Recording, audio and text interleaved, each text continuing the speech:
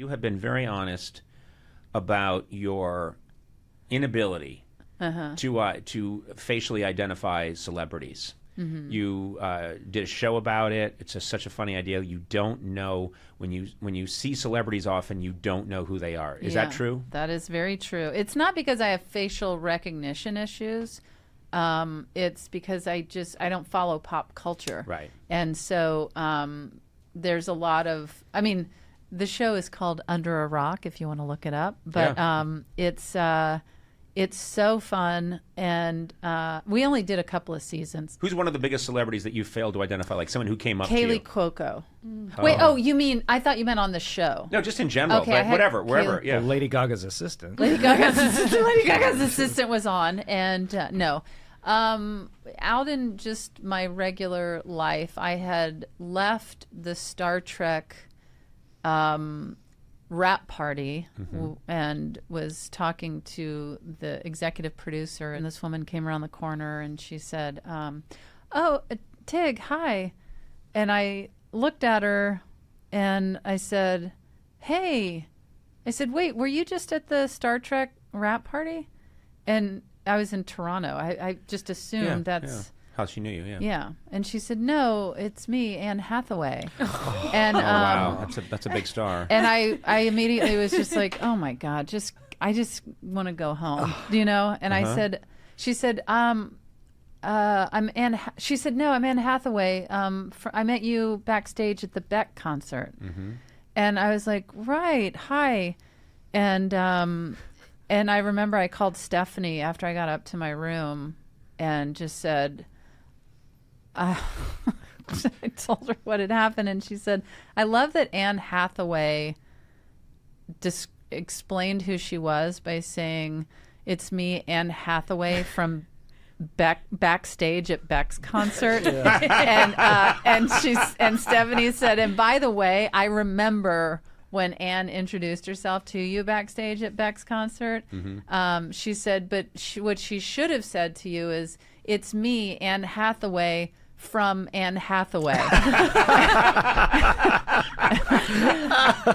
No, it is insane to say, hi, I'm Tom Cruise from the 7-Eleven on Pico. Totally. Remember, we were both in line, and we both wanted the same barbecue Slim Jims, and you got it before I did. You got it before I did, but you were nice enough to break it in half. Remember that? I'm so well aware of Anne Hathaway now because I was mortified, and I thought back that I did this show that Anne was in, Beck was in. Beck put on at the Disney amphitheater in downtown Los Angeles. But I just don't follow pop culture. But I follow other things, and that is what I always try to explain to people who say, how do you not know who Anne Hathaway is? Or how do you not know who, you've never seen whatever show? Right. What about the commercial for the show? Right.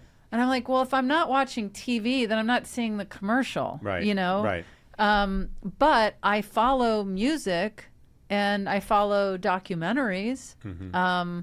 And I even I love country music. I love all types of music. And I don't just like classic, cool country, you know? Right. I am familiar also with the newer country. Right. And so I always try and use that example with people of if I were to introduce, even though Brad Paisley, there's newer country than Brad Paisley. Sure. I remember I was at the Paul Simon tribute recently, and all these different country music. And even though you were there, you didn't know who Paul Simon was. I'm very aware of Paul Simon. But who's that little guy up there? What's happening? The whole night, I'm aware of who everyone is, even down to the country singer Eric Church. Yep. And my friend who's sitting with me, I'm like, oh my God. I said, oh my God, I love Eric Church. And he's like, oh, I don't even know who this guy is. But that's a moment where I could turn and be like, how do you not know who Eric Church is? Sure. Because it's stuff I follow, so I would be projecting onto my friend, why don't you know who Brad Paisley or Eric Church is? See, you know? My example is in the 1940s and 50s, there were about 25 celebrities. And that's all there were. Yeah. And everybody knew who everybody was. Yeah. And so there's Jerry Lewis. Oh my God. You know, there's Jack Benny. Here comes Doris Day. Lady Gaga's assistant. Lady Right, Gaga. exactly. But now, and I do believe it's been, I think it's been proven, people that study the human brain say that because the world has changed much more quickly than we could ever, than our brains could ever adapt to. So we have these brains that are meant to know about 45 people in a village. That's kind of what we're supposed to know. And yet we are being asked to know, what are you talking about? It's The Biggest Loser. Yeah. Don't you know? That's Jerry from The Biggest Loser who lost 25 pounds in a week. That's Jerry Hallahan who lost 25 pounds, and then he cried when he accidentally broke down and ate all that custard out of a milk pail. And no, but I know who Eric Church is. I know, but I'm constantly when I go into the supermarket and I'm going through the checkout thing, I'll see a magazine and I won't know who anybody is on the cover because it will say things like, Sheila tells Brooke Benson, you've got one last chance, buddy boy. And I don't know who any of them are. And then I always look up at it and says, Sheila from You've Got an Onion, that's my hat. And Brooke Benson from, got a dollar, I'll give you a peso. Reality shows. This is all real. No, there's a guy named Ant Anstead. Yeah. I don't know. I don't know who that is. I know who he is. Okay, I don't know I ask my listeners, and we have a lot of listeners. This isn't some punk ass operation. We've got a lot of listeners out there. Who the fuck is Ant Anstead? Because I'll just see things that are like, Ant Anstead said, I don't know, that since the breakup, I'm still pretty sad. Yep. You should And then have on page on here. Yeah. Well, no, we can't find him. We've been looking. He doesn't exist. Yeah. I've never even heard the name. Who is he? He used to date the woman who was on, I think it was Flip or Flop. Oh, see. And then, for they God's sake. No, I got don't- married, then they broke up, and now he's dating Renee Zellweger. So Okay, now Yeah, I know Renee. you but guys at least know, like- now we're on solid ground Yeah. because I Yeah. know who Renee I know Zellweger who is. she is. But what you did is it took you 7 moves. Yeah. He was on Flip, Flap, and Fly. Yeah. And he was with Janine. And then right? she got the onion. Right. Then she got the onion, and he went over For to a peso. Yeah. And then Renee. Yeah. And then they went over to the show Who Wants to Buy a Mule, and then I'd watch and that. then they split up, and then they went with and what happens is it's this system that, and I honestly. It's no skin off my back. I just don't know who these people are, and I don't have enough time in life to figure it out. It's funny because there is also I only did 2 seasons. We lost our sponsor for Under a Rock. People I think you just people met love your the sponsor show. and didn't know who it was, and that's how you lost. was Ant Anstead. Who the fuck are you? I'm the guy. I'm Ant Anstead from Flop Flippity Flu. I can't believe you don't know who I am. I'm the sponsor. I'm canceling this show. That's what happened. Maybe we can get Hop to sponsor the next season of Under a Rock. Yeah. But we what was the Stephanie asked me recently if I knew who this woman was. Gosh, I don't know her name, but this is going nowhere. But Stephanie always has those moments of like, oh my God, that would be the perfect person for Under a Rock. She's on that HBO show that's like really popular. Euphoria? Yes. Oh, Zendaya? Zendaya. Oh, I had yeah. never heard of her. And here's the thing. What Okay. happens is that you have kids, and I know all this stuff through my kids. Uh-huh. Your kids are too young, Yeah. so they know like who the Wiggles are, Right. but they're not going to say, "Oh my God, Zendaya." Right. My kids inform me. This is where I get all my information now. Now, occasionally, I try and give them information. Right. There was a civil war in America. Yes. Wow. From Really? 1861 to 1865. I Could get be shut another. down. Could be another any day now. I get shut down fast, but damn it, I know who Zendaya is. My wife thought Mick Jagger's last name was Irish, like Mick Jagger. Well, that's horrifying. I shouldn't out her like that, but Wait, Mick Jagger. like she didn't know his name was Mick, like And she Mickey Jagger. She thought she didn't know his first name and thought his last name was Mick And she Jagger. thought John and Paul was John and Paul, one person. Yes. She thought there were 3 people in the Beatles. There's John and Paul, and then there's Ringo and George. Yeah. That's a little scary. She doesn't know who Mick Jagger But is. you guys remember like the third lead from a show in the 70s that Yes, was I on do. for one season, Yes. let's Yes. say. And You that's guys important, know but that that's stuff. important. Oh, that's more important than like Zendaya or You know what I okay. do? I do know minor character actors. There was a guy who always played the old man in TV shows in the 70s, and his name was Burt Mustin. And as a kid, Why do you he know would that? show up on like Archie Bunker saying, "Well, I lost my penny, and can you help me, Archie Bunker?" And I go like, "Hey, it's Burt Mustin." On the latest episode that just came out, you referenced Tova Borgnine's lawyer, Ernest Borgnine's wife's Yeah, lawyer. Tova, of course. Yeah. I always knew stuff like that. I'm just saying that my mind is filled now. And I know lots of arcane stuff about history, and I know lots of minor characters in history. So what happens is your brain gets filled, and now the doorbell rings, and it's Aunt Anstead. And he's saying, "Can I have a brain cell? May I borrow one?" And I'm like, "No. No, because you don't There's want to no- give up Burt Mustin. I was going to say, can he take Tova Borgnine's No. No, spot? no, I'm with you. Ernest no. Borgnine was the shit, And and he- Tova Borgnine really got him through a lot. She was a earned rock. that. I mean, but your entire career was about like pop culture and like promoting things. Like, how do you not know this stuff? I'll often say, "Oh, that person seems really great. I wish I knew more about them." And people will say, "They were on your show 7 times from 1993 to 2022." And I'm not purposefully avoiding stuff. It's not. I'm not. There's certain things I'm just not. It's just not on my radar. It's so crazy now because there are some people who start out on the fringe, and then they become so big just through this process that's mysterious to all of us that everyone has to reckon with them. It just occurred to me that Vladimir Putin knows who Pete Davidson is. Whoa. Like you know that Vladimir Yeah. Putin has been like, have you seen? He has not been on SNL for several weeks, and it was Pete Davidson, and they're like, you got to really focus on the war we're in right now. Oh, okay, but it's troubling. I don't know. Is he going to leave? Is he with the Jenners now? How does it work? Does he go with the Kardashians? That. That's how big Pete Davidson is now, and God bless him. But he's that huge figures that affect the future of the world. Yeah. He's taking up 1 or 2 brain cells in there. Absolutely. And, Aunt Anstead hasn't quite achieved that yet, but he's getting there because he's in my head now. I've And we're mentioned talking him. about him Sorry, Yeah. on we this talked about him a huge lot. podcast. Well, of course, because he was on Flop, Flipped, and Floon. Flip or flop. Well, no. Was it We'll Fix Your Flu? It was a show about chimneys. So it's just a show about beach sandals? You guys don't watch HGTV at all? Only when I'm in a hotel. Oh, it's the best. I adore documentaries. I love documentaries. I do too. And I really love murder. And so You should listen to Tig and Cheryl True Story. I am going to, because Okay. it sounds like you talk a lot about murder.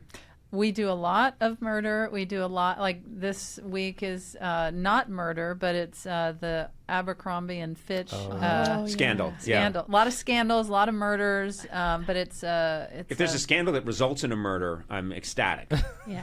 And I'm not pro-murder. I don't want to have the wrong idea out You're there. pro-murder. Well, Yeah. if I could get away with it and not be prosecuted, I don't want to go to jail. Well, and also to be very fair, it's Cheryl Hines and I on the show, so we're old friends, and there's a lot of nonsense that goes on. So it's not like investigative reporter or NPR vibe. Right. So we Well, that's good because we don't do nonsense on this podcast. exactly Yeah. Very okay. Yeah, But we'll anyone listening to this podcast, it's like, oh, good, I want to hear.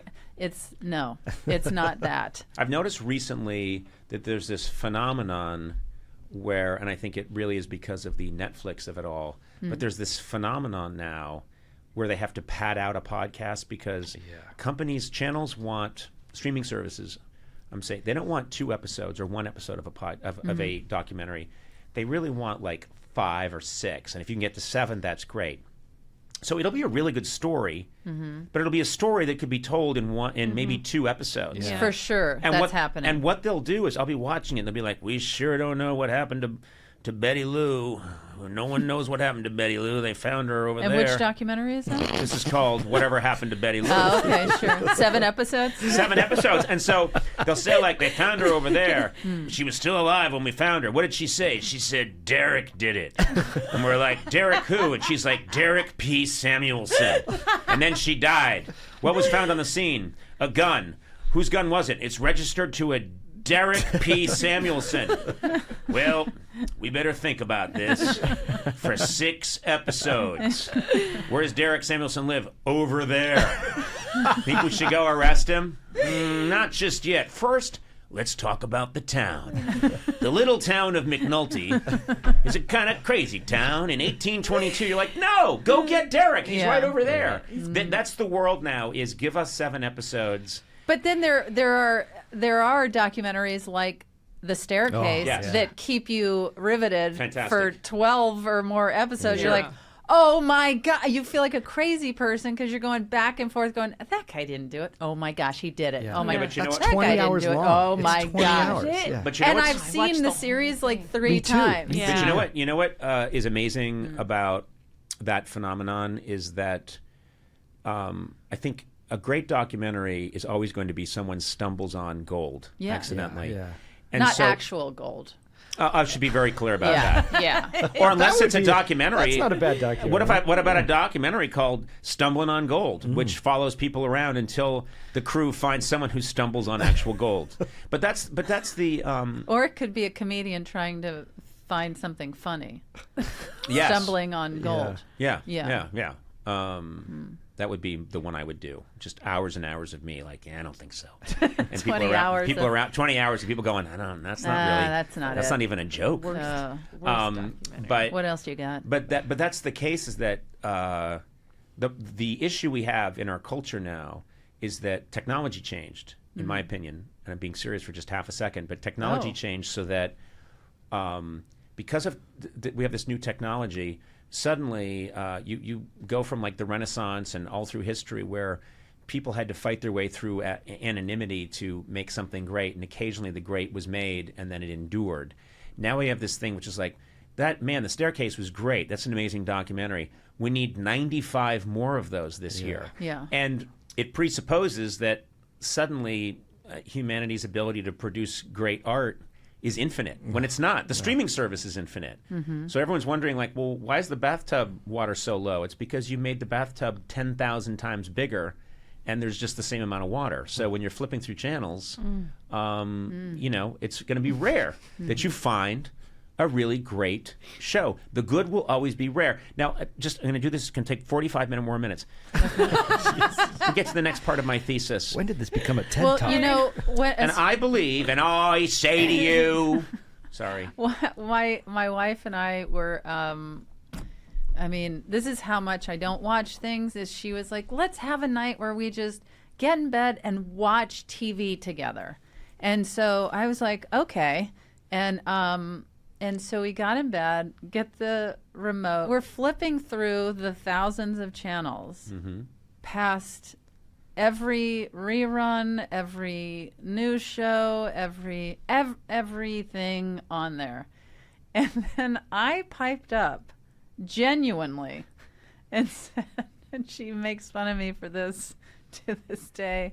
She said, or I said, wait, go back. What was that? Was that a wagon? Wagon? And she said, what? And she went back a few channels and we couldn't find it. And she said, what was it? And I said, I don't know. I thought I saw a wagon and I thought my brain made up that it was a series of the history of wagons. You mean like a kid's, like a radio flyer wagon? No, Or like a good old chuck wagon. Yeah, Oh. chuck wagon. Oh. And I thought what I saw made my brain think it was the history of wagons, and I was I wanted to see that, the history of wagons. And then we were laughing so hard that out of everything that we were flipping through is what That's so my hilarious. brain, if somebody said there is a show on the history of wagons, I would watch that. And I would watch, because this is the other thing, is she was saying, what let's say it was the history of wagons. Then, like, what are they going to talk about? See, that's how we're different. I love it that my version of that is flipping through, naked lady. You know, whatever. Just if you see some nudity, you're immediately. I'm sorry, you go right back to your adolescent brain. Like, there's a naked lady. I just want to see what's going on. And your version of that is, hold on a second. I think I saw a wagon. And I would watch another episode that's like the history of wagons this week. The axle. Right. You know, like I could break it down and watch the minutia of how to build a wagon, who created the wagon, who rode in a wagon. Sounds like you need to make this show. Well, I'm all right. You're pitching it. She's pitching it right now. Yeah. Conan, you want to produce it? The history of wagons. I'll do it. You know what I'd like to do is I'd like to be the narrator. Is that possible? Absolutely. I could walk out and go, the wagon. So often taken for granted. Yet you realize that the wagon was the primary source of transportation for all settlers in the Western region. Think about the actual wagon and the bench you sit on and the big wooden wheels and... Yeah. It doesn't interest you? No, it does. It certainly does. To take all comedy of like, ha, Tig, that's boring, out of the picture. No. I do think going to be hard to get 15 episodes. I think you need to start with what your about narration a special? Saying, hello, hotel guest, and welcome. Hello, hotel guest. Yeah. And welcome. I understand that you have peculiar tastes, which is why I'm thrilled to welcome you. I hope you've boiled the top sheet on the bed before we begin. That's what I always do. And I hope you've burned the comforter, because God knows that's never been clean. The only hotel guest not watching Forensic Files and watching a wagon. I love Forensic Files. Yeah. But a Forensic Files about the wagon Yes. would be fine. The history of wagons. Narrated by Conan O'Brien. Right. The wagon. The wagon. The mighty warrior of the West. So often taken for granted, but not on this show. Over the next 75 episodes, we'll start with the wheel, we'll go to the axle, then to the springs and then if I try that cushion the bench. the springs, there's no spring on the wagon. I think there was a spring. Not in the 1800s. There was. Springs weren't invented in the 1800s. Whenever I am around a television and I tell Stephanie, wait, go back, she's always like, "Did you see a wagon?" You and I have something in common. We both have a wax figure of ourselves. Oh, yes. Because you got a Madame Tussauds wax figure. Yes. I have one. I don't know. It's in Hollywood somewhere. And every now and then someone will be visiting and they'll take a picture. And for some reason, it's me. They did it when I was behind a desk and I'm pointing. Mm-hmm. I don't know why. Like Conan's big thing is he points. But people send me these random photos of them posing with this. How do you feel about it? It's weird. It's really weird because what people, I don't know if they realize this, they take exact measurements. Yes. They take easily 1,000 measurements. Yes, of every inch of your body. Of every inch of your body. And they're like measuring the distance so that it's a perfect replica of you. And then they like match your hair and they match. And so I look at it sometimes and I think, that's just weird it's somewhere in Hollywood. God knows, there it is. Oh my God. Oh, that. Oh, when you were skinny. Oh boy. Yeah. It kind of slightly reminds me of that. Remember that McDonald's character? Ronald McDonald? No, not Ronald McDonald. Mac Tonight. Yeah. Mac Tonight, the talk show guy. Oh, right. Yeah. Yeah, maybe that's why everybody loved your talk show so much. You were Mac McKnight. I was Mac McKnight. You know what? I got to say, it doesn't look like me. No, it doesn't. It but doesn't. the nose is me and everything, but it doesn't really look like you that at all. No. Yeah. No, Okay, it looks like you're sick. You're better looking. You're way better looking. I was very sick at the time. I do remember that. Oh. They got the dead eyes right. Yeah, they got the dead eyes. They got the dead eyes. I can't believe it. You know what? It looks like they took someone's hand that was holding a gun and just took the gun out.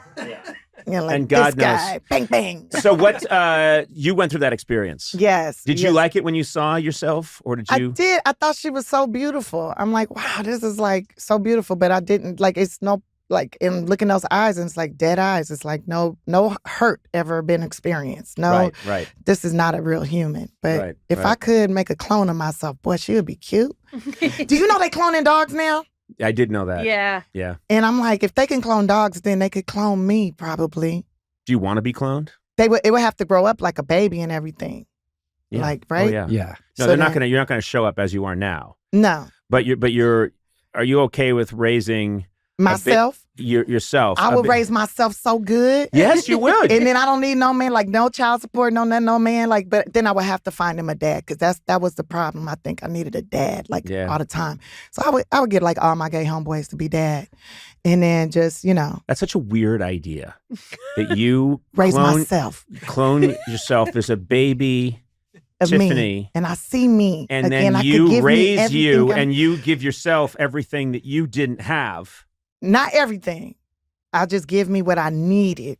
Okay. Not all the stuff that I didn't have, just what I needed. Yeah. More hugs, more kisses, more words of like, you're doing a good job. I'm proud of you. You can do anything. Don't quit. And then I would put her out the house so she can learn struggle.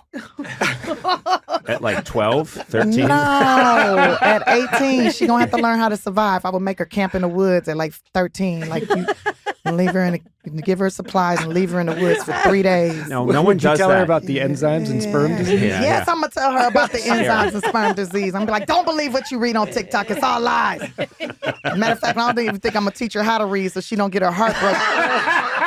Wait. You know what I'm saying? Okay, you're going to give her what she needs, but she can't read. Yeah, she can't read. I don't think I'm going to let her learn how to read, because it's so many teenagers right now. Like the suicide epidemic is crazy amongst teenagers, because they're reading all the stuff that people are saying on social media, and they're attacking them, and they don't know how to handle it, because they took bullying out of school, right? So now you don't know how to handle just the bullying of words, and you take that personal. Kids, teenagers, like, just don't let her have a phone. She can no read. Phone. Yeah, she gonna get a pager. Yeah. Yeah, I'm bringing pagers back. Yeah. I'm gonna put a tracking device on her.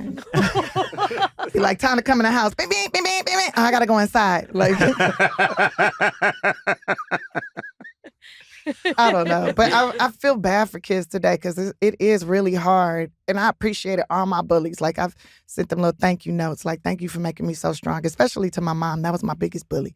And I really appreciate all the stuff that she said and did, even though it was mean and nasty and hurt my feelings, prepared me for the horrible social media world that we have today. It doesn't really bother me. But do you read stuff about yourself? Hell yeah, I read stuff about myself. Hello? You gonna sit here and tell me you don't read about you? I don't, actually. You don't? You'll back me up on this. He actually doesn't. I mean, when people send him articles and he just won't read them. Because you can't read, huh? Yeah. I knew it. Damn it. He's been having that. I'm above that. I might get my feelings hurt. Can you read, Conan? I can't read. Got that earwig in. They tell him everything to say. No. I try. I do sometimes, but I try not to, because I just think like it can't. I think if it can help me. But if it's just some random person saying they don't like what I'm doing, I don't know what the point is of me knowing that, because I'm not going to change at this point. No, I'm not going to change either. But it is kind of okay, in my mind, I think they're saying all this stuff. These people, especially if it's a long paragraph, or if they make like a whole YouTube video about how much they can't stand me, in the back of my mind, I'm thinking, they love me. This person cares about me so much. Spending a lot of energy on you. They took a lot of energy and a lot of time to say anything about me. And like, when people are like, we should cancel her. She should be canceled. Isn't she canceled? Like, I think to myself, dang, you took time out of your day to comment on me, which means I shouldn't be canceled. You actually care. You care about it. I'm doing my job as an entertainer, and I'm making you feel something. So I am successful in the long run. Oh, yeah. I beat you. I win. But still, I have endometriosis. So on my cycle, I do become evil. And I do take it back to the 1900s. And I do go on there and talk shit about them real bad. Real bad. And I have to pray on that. Like, please forgive me, Lord, for what I'm about to do. But I have to destroy this fat bitch right now. That's one of my favorite prayers. I'm about to hurt your child's feelings. I apologize, but I'm gonna hurt your child. My bad, but I gotta attack her soul. I'm sorry, Lord. Please forgive me. You shouldn't have gave me endometriosis. I wouldn't even have time. While I'm sitting here in pain and bleeding, clots, blood, I wouldn't be thinking about committing murder on this woman's spirit. Endometriosis. Oh man. Yeah, some people try to say I'm crazy. I'm not crazy. I have endometriosis, okay? And it causes me to behave in certain ways because I'm in pain. And it's a hormonal imbalance, apparently. That's what somebody just told me. It's your hormones, they're in balance. Okay, well, what's the fucking balancer of the hormones? Yeah, Give me that medication? shit. Is there like a leveler to level out these fucking hormones that keep me from bleeding clots of fucking blood? And how am I not dead? How am I still living? I'm amazing. That's why I'm a fucking superhero. All women are superheroes. We all are fucking amazing creatures. We bleed for days and days and days and don't die. Let a man bleed for 2 days. Yeah. He's dead. He's dead. Especially if it's out the tip of his penis, he gonna kill himself. Yeah. He's like, it's broken forever. I'm done. Yeah. I can't do this. Let a blood clot come out of dick. It's a wrap. No, don't let a It's a wrap. don't let a blood clot come out of dick. Don't Dear baby Jesus, I remember don't let a blood clot come out of my dick. I told I'll a give dude. you anything. I told a dude that I have endometriosis, so I can only deal with certain size penises. I can't be dealing with no big old. I got endometriosis. He's like, "What is that? Is that a new STD? What is that?" And I was like, "I wish it was a STD. I wish I could give you endometriosis. Have you out here with endonetromosis? I wish I could give you inflammation of the nuts, where all your wrinkles come out your balls." Blood clots come out the tip of your dick. He's like, that sounds so painful. Why would you wish that for somebody? This is what you're talking about before you have sex?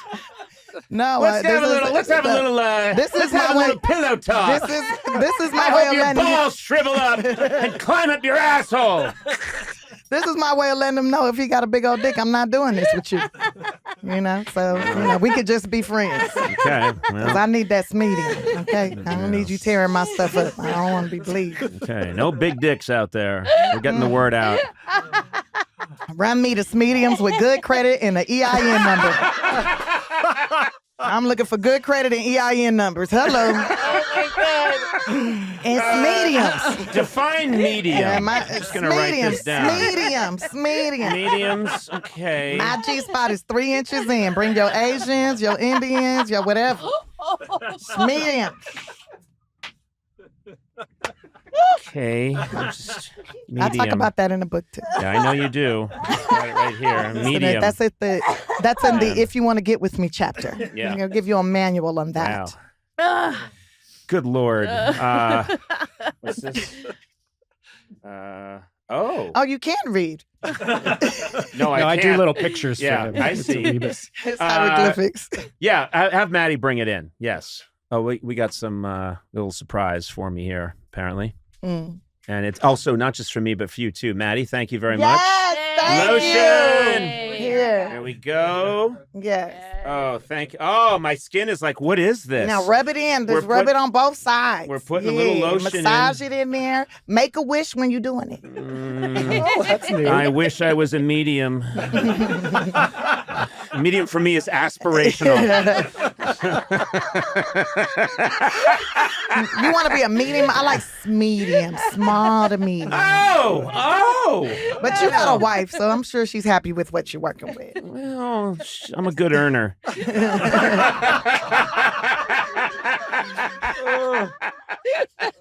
She's crying, and then she goes, she's like, I actually need to see, there's a lot of money coming in. It's worth it. She says that as we're doing it. All these years. Good earner, good earner. Yeah. Then there's just flaky skin flying everywhere. It looks like it's snowing on us. If she's saying good earner, she's manifesting that. You know, that's what you're supposed to do during sex. You're supposed to make wishes as soon as you had an orgasm. That's when it's gonna come in, because all your chakras are open, and that's when God shows up. Oh my God. That's when you're supposed to make a wish. All right, here's my question for the room. You gotta manifest then. All the wasted wishes. Here's my question to the room. Who's funnier than Tiffany? Oh man. Seriously. There's a lot of people. No. You are a beautiful person. Thank you. You are, good Lord, you are a tornado of funny. You are so funny, and it comes from such a real place. Thank you. And you're beautiful, and God, when you show up, I don't have to do anything. I know. I don't do anything. I just every now and then a little poke. Is there more? And there's so much more. Yeah, I'm like a sis. There's levels to it. Everyone go out, do yourself a favor, go out and get I Curse You With Joy. It's Tiffany Haddish. Can you say Tiffany Haddish, I Curse You With Joy? Yeah, Tiffany Haddish, I Curse You With Joy. Thank you. I appreciate that. I Curse You With Joy, Tiffany Haddish. Thank you. And I curse everyone that reads that book with joy. And please spread the word that and you are moisturized. I'm now. moisturized. I'm a medium. Yeah. I represent every color on earth. Yes. And God bless you. Seriously, you make me. I mean, you talk about how you in your life you try to do positive things, and you do so many positive things, and then you come into this room and we talk to everybody, and I'm just dying. You just make me so happy. Thank you. Thank you you have so your much. phone number now? Yes, you can. Okay, Yeah, awesome. you can. All right. Yay. Wife doesn't have to know. Oh, she gonna know, because I'm gonna get her number too. And I'm gonna invite you to game night. I'll be having this game night on one of my properties. It's a good time. Okay. So, have you ever been to South Central LA? Sure. Okay, we gonna see. I've got. You gotta. It's in Catalina, right? It's a gated estate in Catalina, isn't it? It's not gated at all. Oh, wait, I'm sorry. Am I thinking of the right South Central? South Central Catalina, right?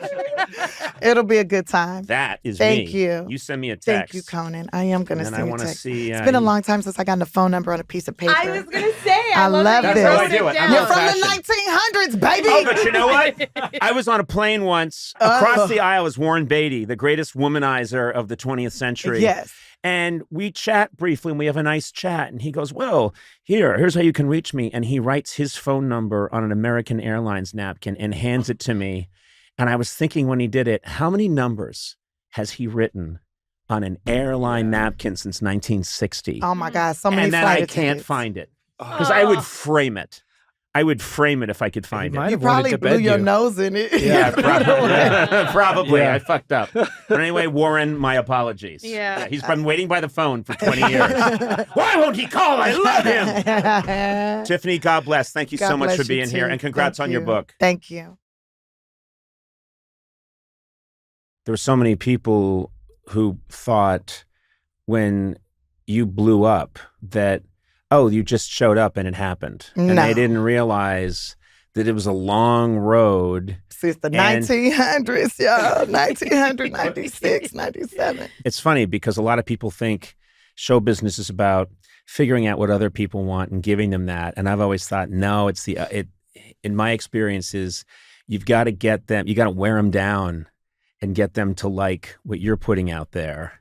That's I think that's more of the battle. Yeah, it is the biggest battle, is being true to yourself, being who you are. And like, I was always so confused trying to figure out how do I be me? Like also figuring out who am I? Like, and why don't I get like the notoriety I should get? And why am I not getting the opportunities? And why do all these guys like get all this stuff? And I talked about that in the book where I put that prosthetic penis in my panties.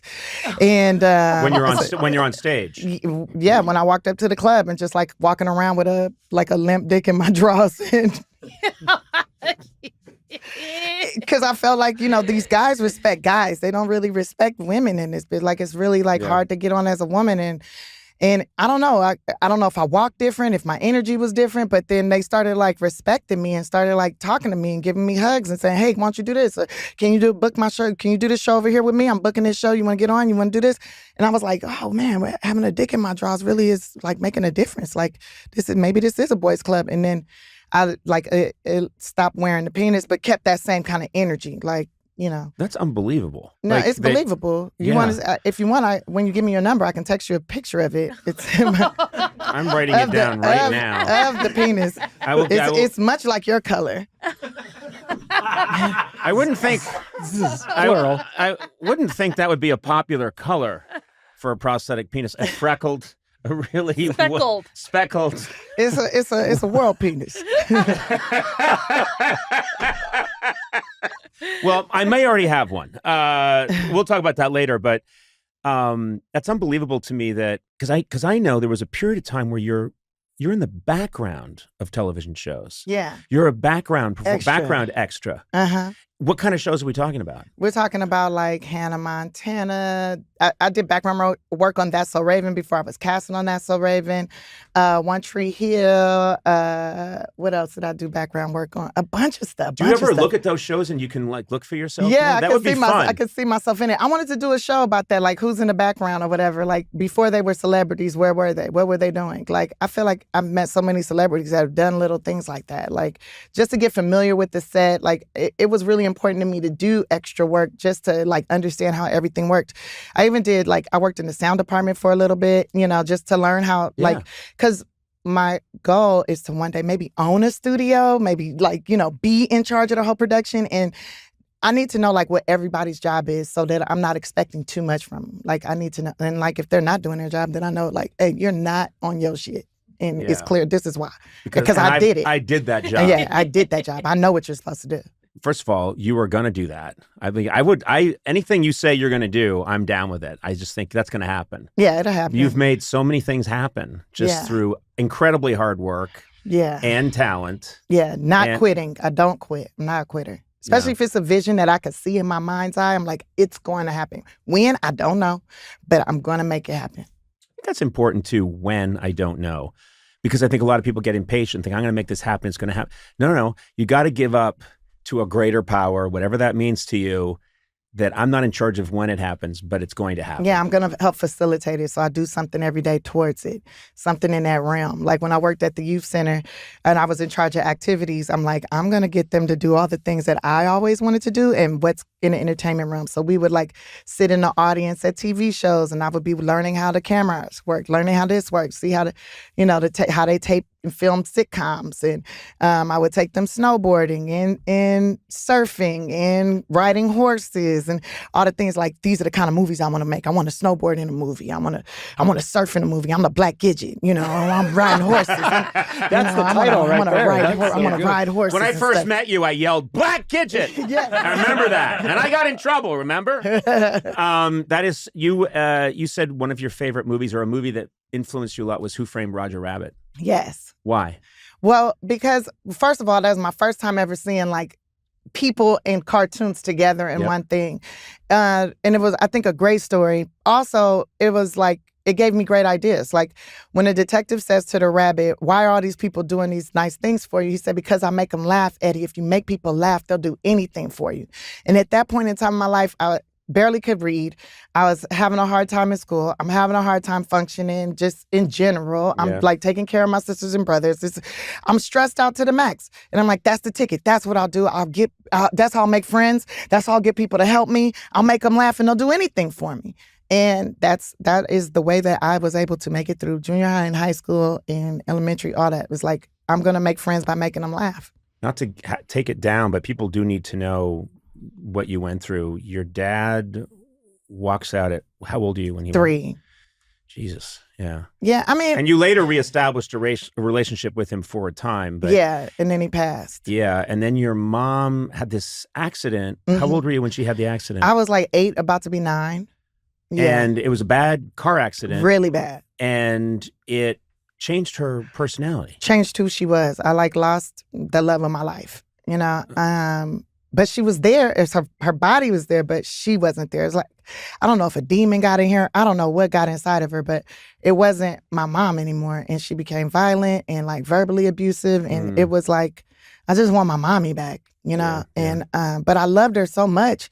Like, this is the first person I ever loved in my whole life. Like, this is the first person I ever loved. So I'm going to do whatever I can to try to help her, try to heal her, whatever. She was so mean to me, and I wanted to, like, fight her all the time. Sometimes I wish she would have died, but I didn't really want her to die. Like, it's just, you know, it's fucking hard, because who is this lady in my mama body? Because it ain't my mama. It's I can't think of anything more confusing to a kid than my mom's still here, but she is not my mom the way I knew her. Yeah. And because of this injury, that's not who she is anymore. Right. And I didn't understand that. The injury, I didn't understand. Like, there's a lot of things. I was young, right? And I'll just be like, take your medicine. Like, get better. Why don't you love me enough to take care of yourself? Like, fix yourself. Get fixed. Like, give me my mommy back. Like, but it don't work like that. No. But I'm glad that I've, you know, been able to do all the things that I'm able to do and made enough money to get her the best help, the best doctors, the best nutrition, the best of the best. And does she understand the scale of your success? I know she knows I'm successful. I don't think she realizes, like, that I'm an international sensation. Well, you are. I mean, and that people care about me. They do. And I didn't realize people cared about me the way they do until I got arrested for DUI, and it was on CNN and PBS and the Korean news. I mean, there's no excuse now for studios to say, she's not international. Oh, yes, I am. Oh, yes, I am international. They're talking about me in Korea and in Africa and China. They're talking about me on the BBC. They're talking about me all over the world. They're talking about my ass in Iceland, baby. I am international. There are 3 people in the Antarctic right now. It's like, did you see what happened to Tiffany in Beverly Hills? Like, I am important. Like, I have to find the positive in everything. Like, that's like you my just mission. had a gusher of positivity right there. That was fantastic. I mean, if you Google right now, famous black women arrested for DUI. When I first Googled it, it was just me and Josephine Baker. Now Glorilla trying to come up on me. But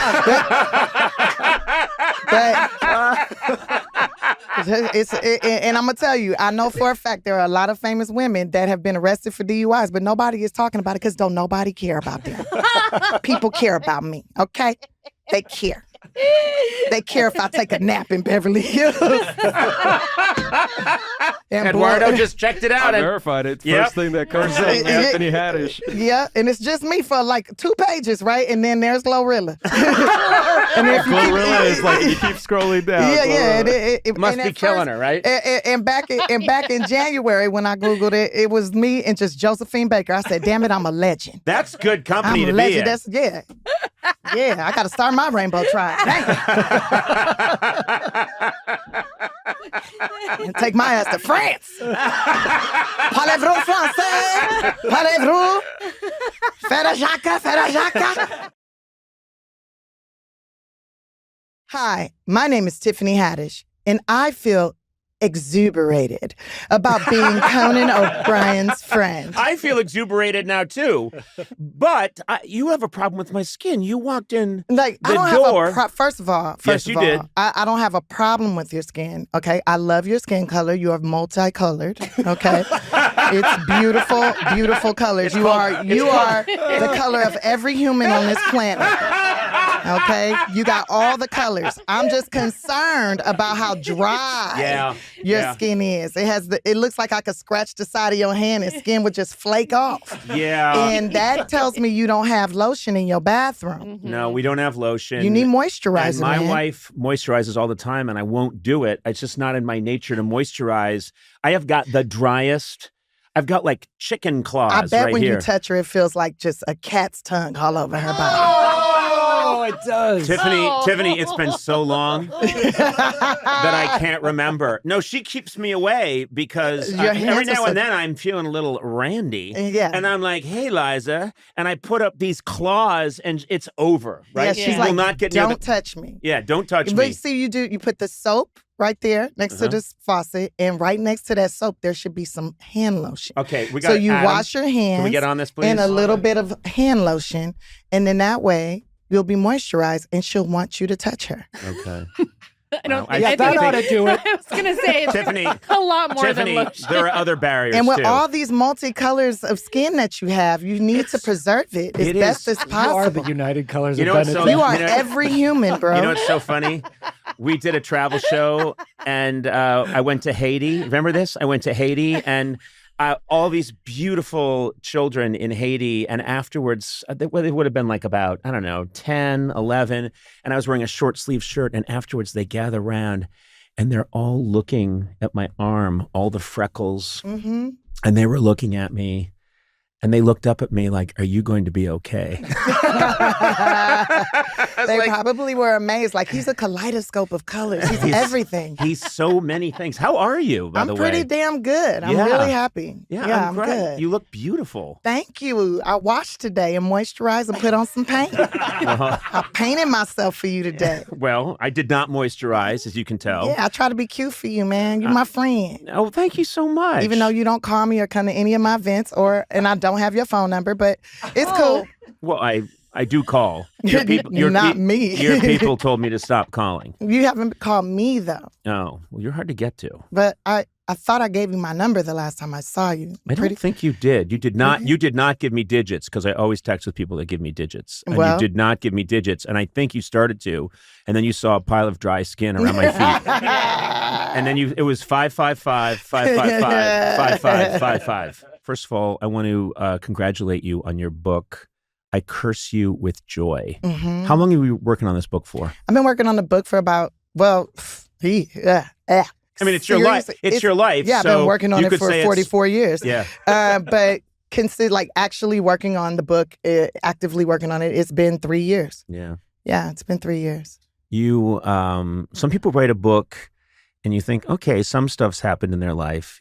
You write a book and I feel like everything's happened in your life. No, not It- everything. I haven't, money hasn't been, dropped upon me and, raining. Okay, well, that's... Hundreds of dollars just raining on me. And I'm just just want- I you- haven't, swam Scrooge McDuck in coins. I haven't. Okay, that's coming. That's coming. That's but the I love that goal. you said, I want to be bathed in hundreds of dollars. You got to aim higher than hundreds of dollars. I mean, we could do that today. I think. Hundreds. Yeah. That would Wait, be go nice. out, get $300. But I'll be right in back. $1 Yeah, bills. make Make it rain. Make it rain. Yeah. But I mean, there's obviously some dark stuff. There's so much funny stuff in your book. And just the fact, it really is a testament to you're here, you are so funny, and it's kind of a gift that you're letting people see how you got to this point. Yeah, well, I feel like there's no manual on how to be a star, Mhm. right? Which I wish there was, a proper etiquette on how to do interviews, proper etiquette on how to behave at award shows or how to behave at this thing or that event. There's no rule book. So it's okay, I'm just going to be me.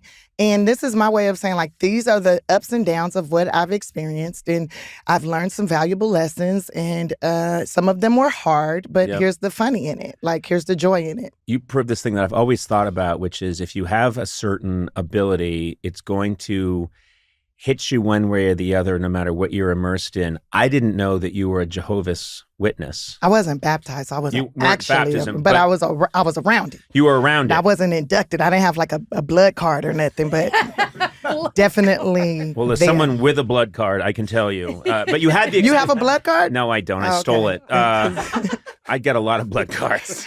I just take them. But you were around it, and there's a performance aspect to being a Jehovah's Witness, right? Yeah. And that you were doing that and thinking, I like this part of it, Yeah. right? Yeah. And then you started to say, oh, there's another way to do this. There's another application. It's called comedy clubs. Yeah. Yeah.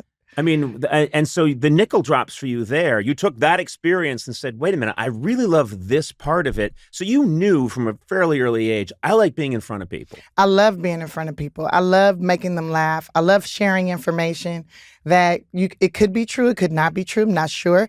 But, they're enjoying it. Bringing people joy is my favorite thing in the world. Even if I'm walking down the street and I see somebody coming, you see them and they're got that sour face and they look like they're having the most horrible day. I'll smile at them like super big, and they're like, they kind of like smirk back, and then it's so funny because you can hear them like 10 steps later, like, was that Tiffany Haddish? That's really nice. And then like change their mood. You know, I love being able to do that in a positive way. That's really, I mean, Or I smile like that at strangers and they get creeped out. Well, Always Opposite have. effect. you're a giant, so. I know. I've always been a little obsessed with the movie Face Off. And recently I watched it again. Oh, wow. I watched it again and we showed it to my son. And he was like, oh my God, this is Face Off, Nicolas Cage, John Travolta. You have in your book this insane story, and you have a very intimate connection to the movie Face Off. Yes, my first orgasm.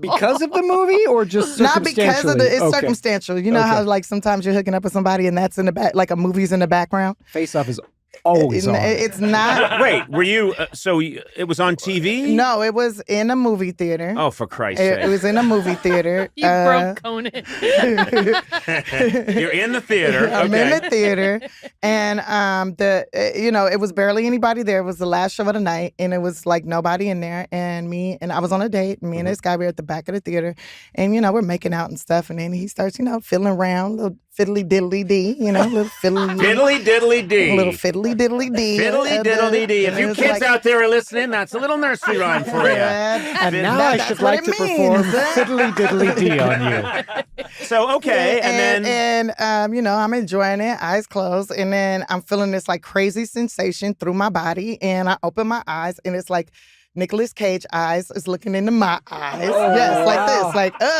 and I'm like, and Whoa! So you have your first orgasm and you're looking at a giant Nicolas Cage face. That's complicated. yes, and eyeballs, the most beautiful eyes I've ever seen. But it's And actually then- John Travolta who you're looking at. That's the weird thing, right? Okay, don't take us I'm down just that. saying. No. Not in that part of the Okay, movie. okay. Jesus Christ. You're... Just going by the legend of the film, which I think is important. Yeah, sure. That's what we're all focusing on right now. Okay, so... Maybe it's John Travolta's face Yeah. and it's Nicolas Cage's eyes. Whatever it was Two his. for one. It's definitely his Man, I have eyeballs. got to get because us out of this side alley cut and back to- onto the highway with cut this... to many years later. Okay, here we many years later. I'm shooting a movie with Nicolas Cage. Oh, my God. And it's during pandemic, and so he's wearing his mask, and all I'm seeing is those eyes. Oh, wow. Okay, and I know my lines, I know my stuff, but I am so like my brain is going back to that moment. Sure. I'm remembering all of that moment, and I need to be focused on right now. And I was having the hardest time focusing on right now because oh man, those are the eyes we saw. And it's like, stop it, body, stop it, mind. Like, focus on this. They're paying us millions of dollars to be here right now, and I'm like having the hardest time. And then I just had to tell him, and I felt You like told him. I was like, this is probably the most inappropriate thing. Like, it was no way for me to I couldn't function. I couldn't communicate. I couldn't do my job. And I was just like, yo, I got to tell you something. It's very inappropriate. I probably shouldn't tell you at all, but I'm not going to be able to do my job if I don't tell you. And you might be offended by it. I don't know, but I got to tell you. And so he was like, all right, tell me what's going on. Oh, yeah. Come on.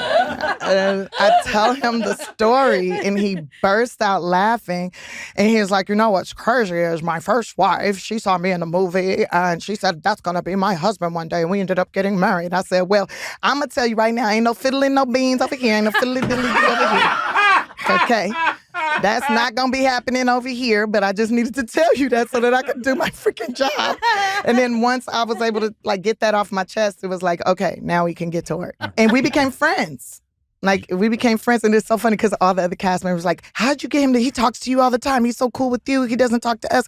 And he would give me money advice and tell me about this is the ups and downs of the business and this Right. and that and all these different things. I met his fiance at the time. We talked on the phone. I speak Japanese, so I was able to talk to her a little bit. And so we became really cool. And everybody's like, how'd you do it? What did you say to him? I was like, I just told him a story about my experience, and we've been cool ever since. And he's mean. I'm like, he's not mean. He is a nice person. He is a cool person. They're like, Yeah. well, that's not what we're experiencing. I'm like, well, you don't have no good stories to tell. I'm making a mental note when I see Nicolas Cage, and I will. I'm telling him I had my first orgasm. Everyone when should I saw bombard him. Yeah, with that. and then he and I will be best friends. Yeah. He'll give me all this incredible advice. You are so frank about sex and its role in your life, and it amazes me that when you were growing up, your mom did a lot to prevent it. To actively discourage you from having anything to do with the opposite sex. And she told you some intensely crazy stuff. Yeah, very crazy. She told me that, okay, so we was watching this soap opera, right? And on the soap opera, the girl's in the bed with the man and stuff. And I'm like, what are they doing? What are they doing? She said, oh, that's what you do to make a baby. I said, oh, I'm going to do that. She's like, no, you're not. Not till you're 21. I'm like, well, why? And she said, well, you have to get your vaccine first. First, you got to get vaccinated. I was like, what do you mean? She said, you got to get the shot. I was like, what shot? She said, look, boys have this stuff. She said they got enzymes in their mouth, right? And if you kiss a boy, the enzymes in their mouth, if you don't have your vaccine, it's going to eat your face up, right? And you're going to die within 24 hours, right? And they got this stuff that shoots out their pee-pee that look like snot. And if that gets inside your baby carriage, then it's going to eat your insides. It's going to kill your baby carriage. Your legs going to fall off, all this bad stuff, and you're going to die in 3 days. And so it's like The Ring, It's would be a great scary movie. Scary movie. Yeah. And so I went to school, and my friend Amber was kissing this boy, and I was crying. I was like, "Oh my God, you're gonna die! You're gonna die! Oh my God, you didn't kill my God! You're gonna die!" And she's like, Amber's like, "What is wrong with you?" And I'm giving you the abbreviated version. In the book, it's much more, detailed. But I get home and I'm crying, and my mom's like, "What you crying about?" And I'm like, "Amber was kissing this boy, and she gonna die. Oh, so sad, she gonna die." She was like, she is not gonna die. See, her parents knew she was gonna be a hoe, so they got the shot for her early. She got the shot early. She got vaccinated early because they knew she was gonna be a hoe. So for years.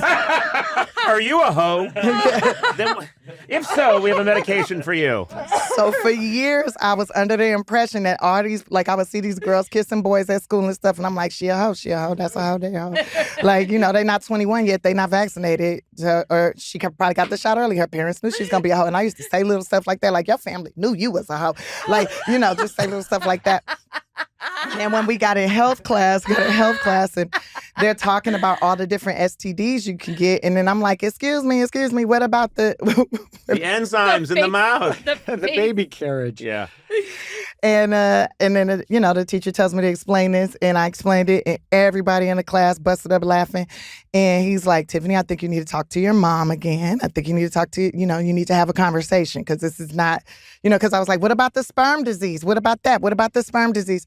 And it was, and he didn't tell me I was wrong, but he said you should talk to your parents, right? So I couldn't really talk to my mom at that point because she done had the accident and all this stuff done happened. Right. So, I mentioned it to my social worker. The social worker's like, well, I don't know if that's correct, but I like the way she's, it's interesting. Okay. She kind of appreciated where it's coming from. Right. It's coming from a place of caution. Yeah, a place of caution. But once I found out that's not a thing, then I was like, oh, okay. And then I was trying to kiss boys and trying to, get in there. Yeah. Get it in. Yeah. Because I didn't want to die of no man in China. No man in my vagina. I want to have an experience before I die. I didn't realize that was a fatal disease. No manangina? Wow. Yeah, because it was people at school getting meningitis. That's for making out with people or whatever, you know? And I was like, well, I don't want to die of no manangina. You had some people tell you early on when you were doing stand-up, maybe not so much sex talk. Yeah. And then you got some good advice. Yes. From Bob Saget. Yes. Who told me, that was the first white man, probably one of the few white men that was like, be who you are. Be yourself. Don't listen to everybody. If you feel comfortable doing it, do that. Fuck them. Do what feels right for you. Yeah. And that was a huge, that was my big brother. I love him very much. That's like a big brother to me. And, the fact that he told me to be myself. so used to people trying to tell me to be different, be something else. Like, and for him to say, like, this is Full House dad. Like, he's telling me, be who you are. Fuck them. Talk about what you want to talk about and do you. It'll pay off in the long run. You've did therapy, but found that you were just trying material out on the therapist. Yes. I love that part. I don't know, the community that I grew up in, you don't talk about your problems. You don't put that, you don't like air your family business. So I'm sitting here with this therapist and I'm just like, well, let me run these jokes. Let me run this. Like, let me run that. Like, now I'm realizing I'm paying money to make this heifer laugh. This is not cool. Like, this is not going to work for me. Like, but, that therapist ended up suggesting that I do comedy as a hobby because I had stopped. Because I needed to make a living, and $25 a show is not making a living. And then I started like doing comedy as a hobby, and immediately, Vargas Mason? I know the name, yeah. Yeah, Vargas has been doing comedy forever. And he saw me performing on this open mic where I was just, trying it out. Just like my first time, like getting back, like, okay, I'm going to start this hobby. And he's like, you're funny. You should do this show with me. We're doing this show. It's like a women's conference and blah, blah, blah. And I'm like, yeah. And he's like, yeah, it's 15 minutes. You get $50. I was like, I'm there, bro. I am so there. And I get there and I'm doing my thing and I am bombing. I am bombing hard because I'm doing like all boyfriend jokes and stuff and some dick jokes. And turns out that that whole room was lesbians. And they are heckling me. And they're like, I got a dick bigger than your boyfriend. I'll take you somewhere. I'll show you. And I was like, no, I like his. It has a heartbeat. And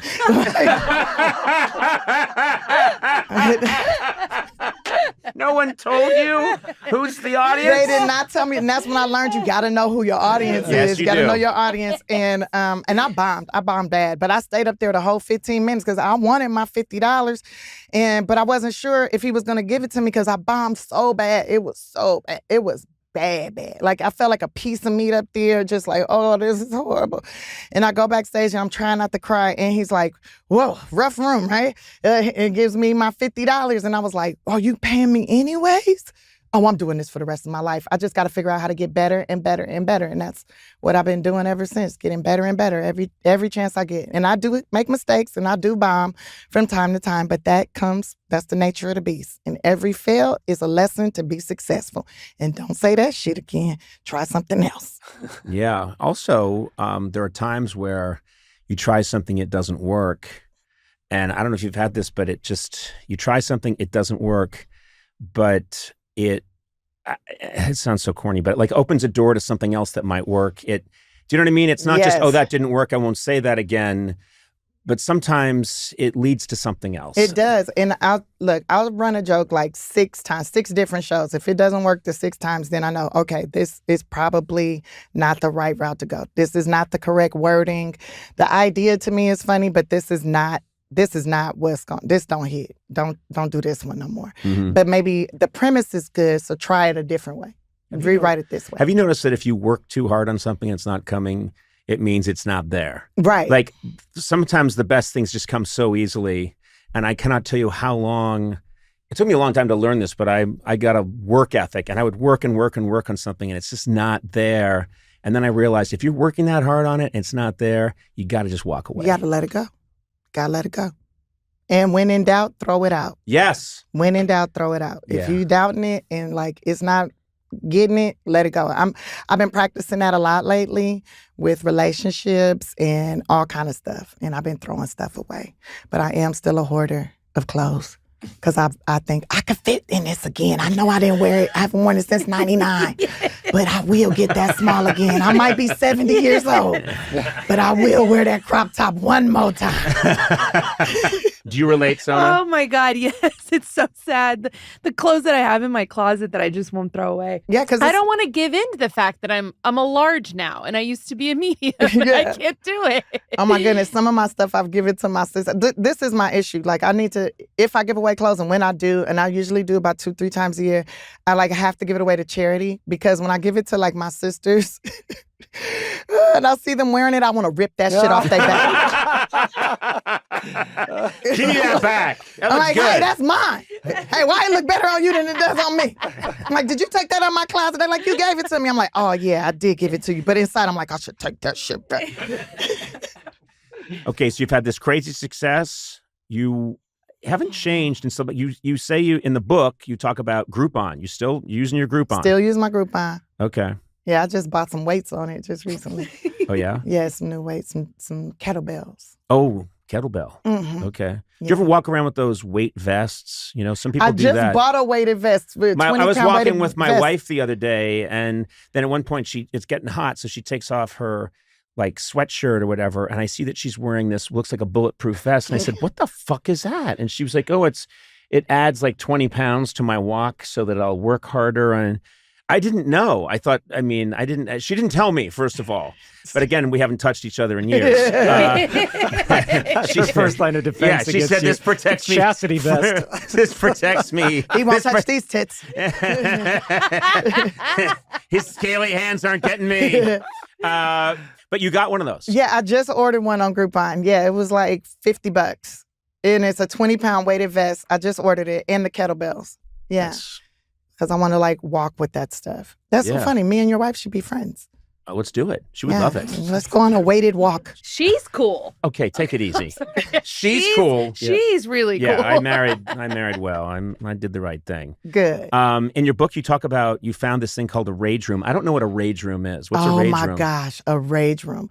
So it is a room where you can go and you can break stuff. I feel like it's perfect for white men. For all the movies I've seen where y'all just tear up rooms, and I'm like, who's gonna clean that up? But you go to this places. I go to this place called the LA Break Room in Van Nuys, and they have like crates full of cups and bowls and plates, and you can just throw them against the wall and break them.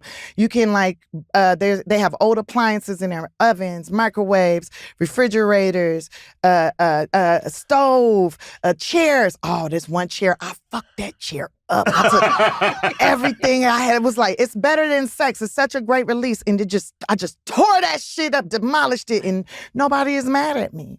I've never heard of. Do you guys? I mean, I want to do this. I do know. I've heard about them, and they're awesome. I've never been, but it's great for a date night too, so they can see how angry you can be. You know how destructive you can be. But I'm not destructive like that. But oh man, it feels so good. Oh, I could break some stuff. One time I went, they had all Ronald Reagan library cups, mugs. Whoa! I was like, I hate to do this to you, Reagan, but you did bring drugs into our community.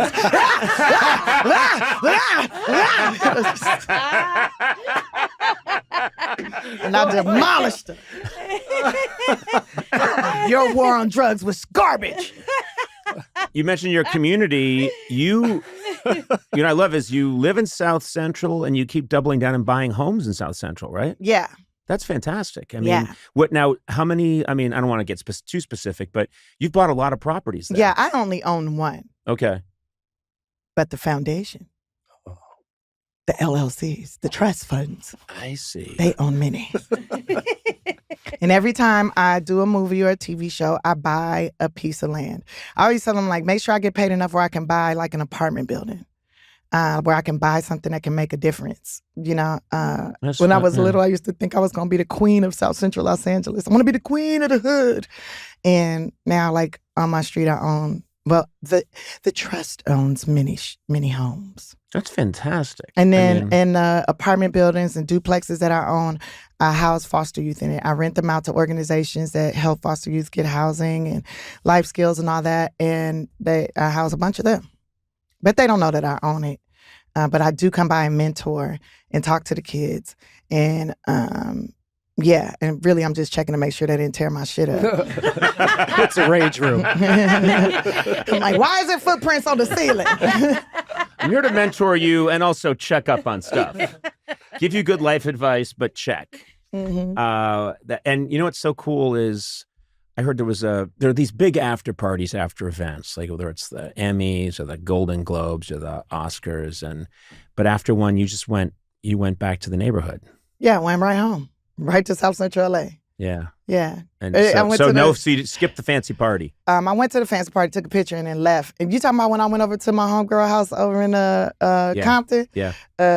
Yeah. So she was having a card party. So, and then the police came. And I took pictures with the police. My face was beat for the guys.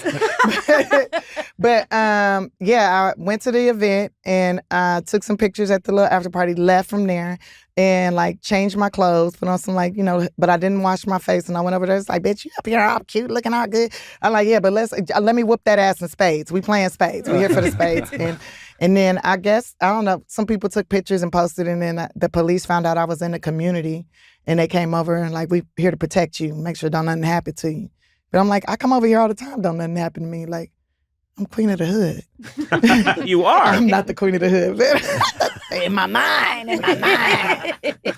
Well, you keep buying these properties, you are. Like, hey, landlord. Yeah. Lord of the land. I found the early years, I'm very happy, I'm thrilled with everything, but I found 90s and 2000s to be a time of constantly worrying, constantly fretting, constantly, and even after the early, like it took you a while to get that flow. It took forever, but what I guess I'm saying internally, I really like this period. Do you know what I mean? And in terms of just how I feel, I feel like a security. Maybe it's, and sometimes I think, I say to my wife, I think I've acquired some kind of inner wisdom because I'm much more at peace. And she says, no, actually testosterone levels fall. And what you're feeling is a loss of testosterone, which, by the way, is quite apparent in other areas of our life. And it's an evolutionary trick to get you to stop striving. Yeah. But what they do is, genetically, they remove your ability. You're a neutered cat, young man, on a windowsill. That's what I am. Licking where your balls used to be. I know. You're done. Give it up. You're done, sir. No, there's something there. There's a scar. There's 2 little scars where they used to be.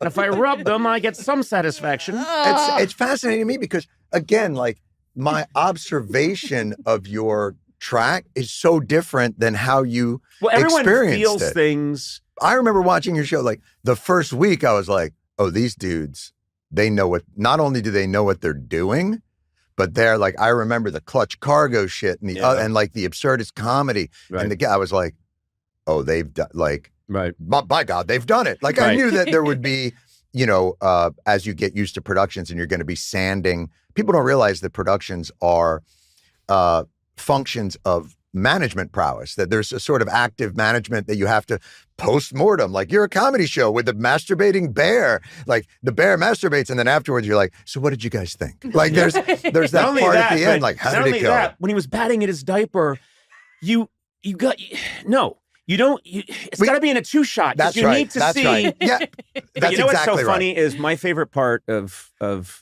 when you're doing it for a while, and then there are the years where you're taking it so seriously and everything is life. And it really does feel like The Bear. It's one of the reasons, like, I watch The Bear, great comedy, but when I watch The Bear and I'm just fantastic. I watch it and I sometimes I think this is too much tension, and I've experienced a lot of that in my life. And I just want to watch Selling the OC, something that doesn't have that. I imagine what you liken to is a creative pursuit where there is a certain maniacal desire for brilliance or excellence or whatever the comedic equivalent of a Michelin star is, that you hold yourself to that standard. And ultimately you end up in a freezer telling your beloved, you're going to die alone and get the fuck out. Like, that's, and that's a painful thing to watch because it is analogous to that pursuit. I can remember, I did a show that was more of a talk show on MTV, and then we went to Paramount, and we knew probably a month in, I was supposed to be the Arsenio replacement. And you can imagine people I've always thought of you as Arsenio. Exactly. So you can imagine that people who had been, sort of trained on that audience, I would pop up and they'd go, no. Right. We're going to say no. Yeah. So I knew like a month into it, this is we're going to go down. When it happens, I don't know. And I had that same, The Bear mentality of, but I'm doing a silly show. So there was one night and booking was really hard because it was syndication. So we'd appear at 3 a.m. in Atlanta, but 7 p.m. in Phoenix. Like it was just all over the place. And we would be there till 1 o'clock in the morning every night, trying to squeeze every last bit of the Willy Wonka parody that we thought we were going to do. But can we really even afford the hat? If he doesn't have the hat, is he really Willy Wonka? Like that kind of shit. And in our exhaustion and in our frenetic energy and in our desire to save it and be great, one day we were all in my office. Stevie Higgins was in there. He was the head writer. And the door opens and it's the booker. And he looks in with a look on his face of that look that maybe doctors had 2 weeks into the pandemic. Right. And he goes, Hal Linden said no. And we all went, what? Barney Miller's not going to do the show? Right. And it was then that I realized, like, oh, I think I'm going to jump off a building because my emotional well-being is now wrapped up into whether an actor that nobody had seen probably in 8 years. It was like Herschel Bernardi. He was the headmaster on Circus of the Stars in 1980. Oh. So he was still quite relevant. He was still quite relevant, but it was 13 years like, later. Herschel Bernardi wants to see a script and he wants to approve it. And you're like, Yep. But it was your whole well-being was tied up in these unbelievably trivial moments that didn't matter even 5 feet outside of that door. Right. But the other thing too is I used to live and die by what our rating was, and it would come out on a Thursday. Right. And I would all day Wednesday, the tension would be rising. And then I would go home, not sleep Wednesday night. Oh, wow. And I would come in Thursday and take the elevator up. And this is back when I was on, 3-month contracts, and they're thinking, we've got a replacement ready for Conan. He isn't quite ready yet, but we'll get rid of him soon. And I'd take the elevator up and I would come in and I would walk to my producer's office like I was going to the gas chamber. Yeah. You get and what I remember is if the number was a 2 or above, a 2.0, it was great. If it was a 1.9, it was bad. And what I didn't realize... By the way, a 2.0 now is like a hit sitcom on a network. Well, this was at 8 o'clock. This was at 12:35 at night. Right. But it's an amazing number. But you know what I found out? Was that was the demo. But what I remembered was the demo, if it was a 2.0, it was like, hallelujah, we made it at 1.9. And then I found out much later on that the sample size, because it's a Nielsen rating for that, is literally like, there's 6 people. If one of them has a head cold and takes some NyQuil and turns in early, you had you disappointed America that week. And if one person didn't have a head cold and watched it, and all 6 people watched it, you were a hero. And I always instinctively knew that I'm living and dying by this infinitesimal shit. And that's called, I think, being young. You're just, you're in your late 20s, 30s, and then into the 40s, and then just perspective. It takes this erosion of, I've been disappointed and scared so much that I have none of that juice left anymore. Right. I can tell you, I remember the moment that changed for me.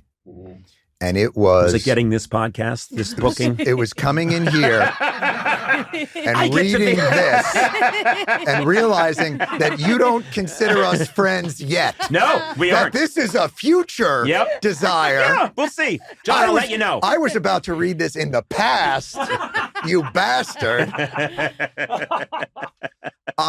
We knew this fucking thing was dead. Yep. Like, you could just see it, and you could tell 2 weeks into it, I'm still thinking, this is the Jon Stewart show? It was on MTV. They loved it. Right. Because it was Beavis and Butthead. It was written for 7-year-olds. So, it by was a 8-year-olds, huge success 4 7-year-olds. there. Yeah. Right. We go to Paramount, and people were like, I have no idea what the fuck this is. Like, 2 weeks into it, we do a bit. I thought it would be funny. if we have Dave Attell, one of our writers at the time, dress up as Hitler and come out like he's a guest on the show. Like, hey, everybody wonder what happened to Hitler. Yeah. Oh, I think you brought a clip, and it's him at Nuremberg going,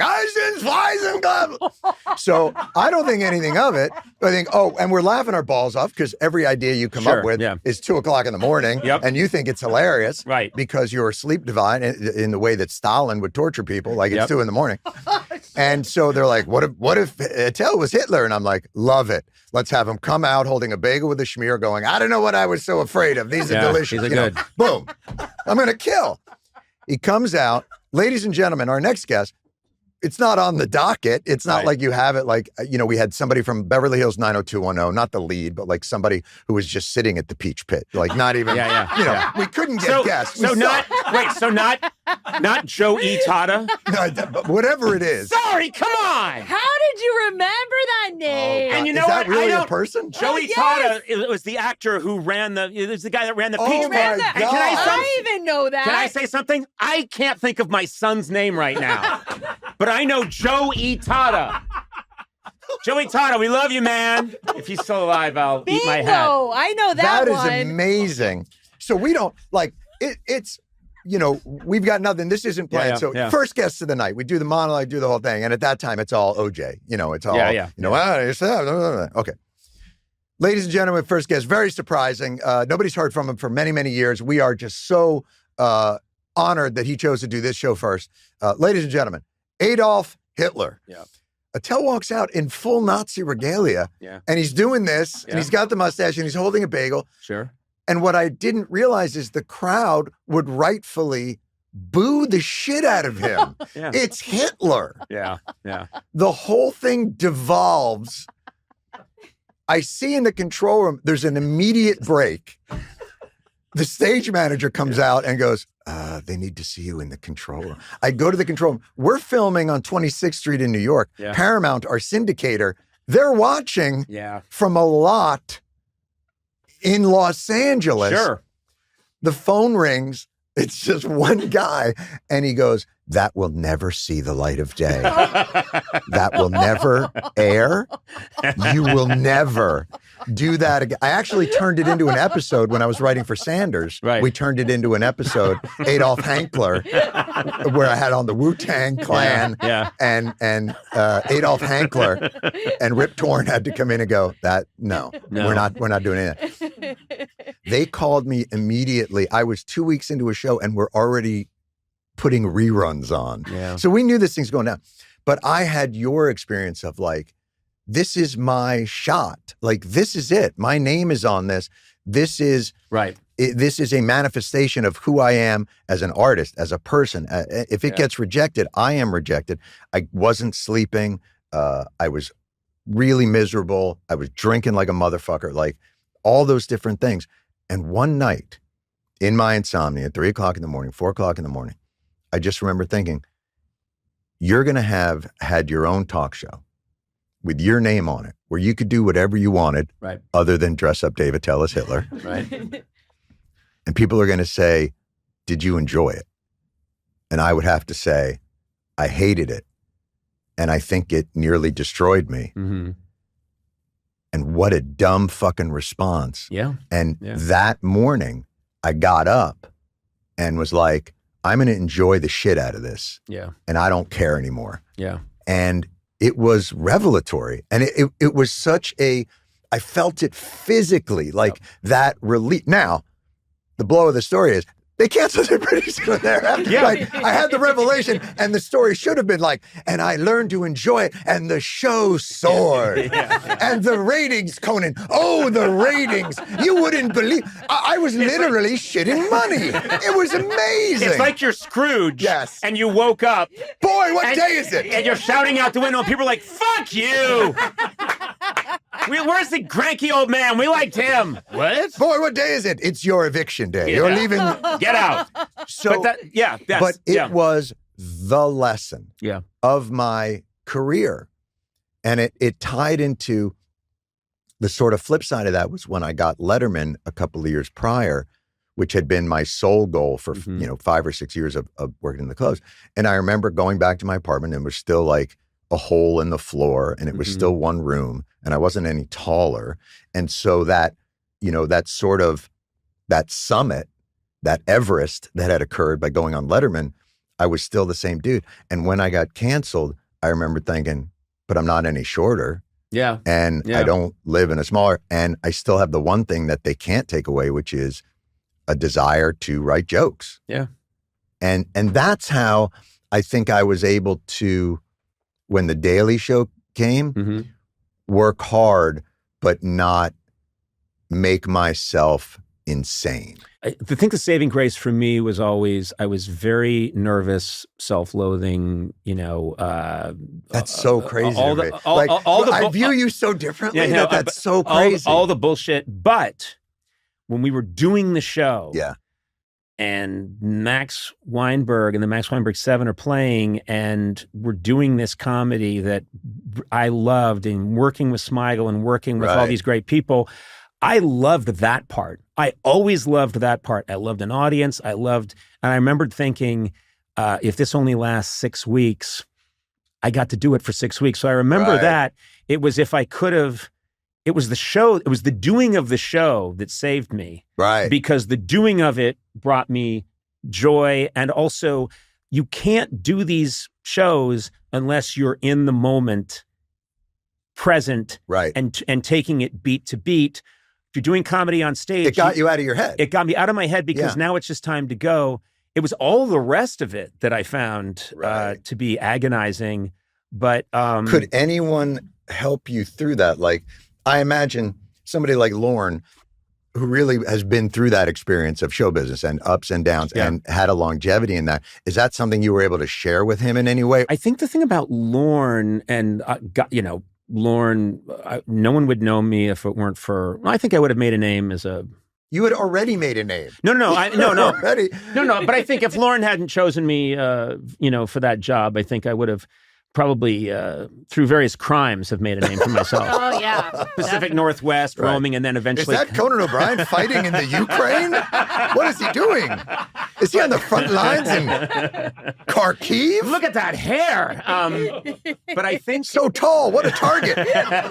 They can't seem to hit him. A 9-foot Wendy's girl is in Kharkiv, and no one seems to hit him. Amazing. Lorne has an interesting thing, which is he totally put me on the map, and I owe my career to him, and I love him to death. But he is not, and he would probably admit this too. He's a throw you in the deep end and watch you figure it out kind of guy, right? And so and in a way, I respect it because it works, but he's not a hand holder. He's not someone who's going to, I know they tore you up, and I know that you were destroyed, and I know that article came out. I mean, he used to sometimes tell me about articles that I couldn't possibly have read. He'd say, like, I think what the Cincinnati Post-Dispatch Register said in their supermarket handout was unfair.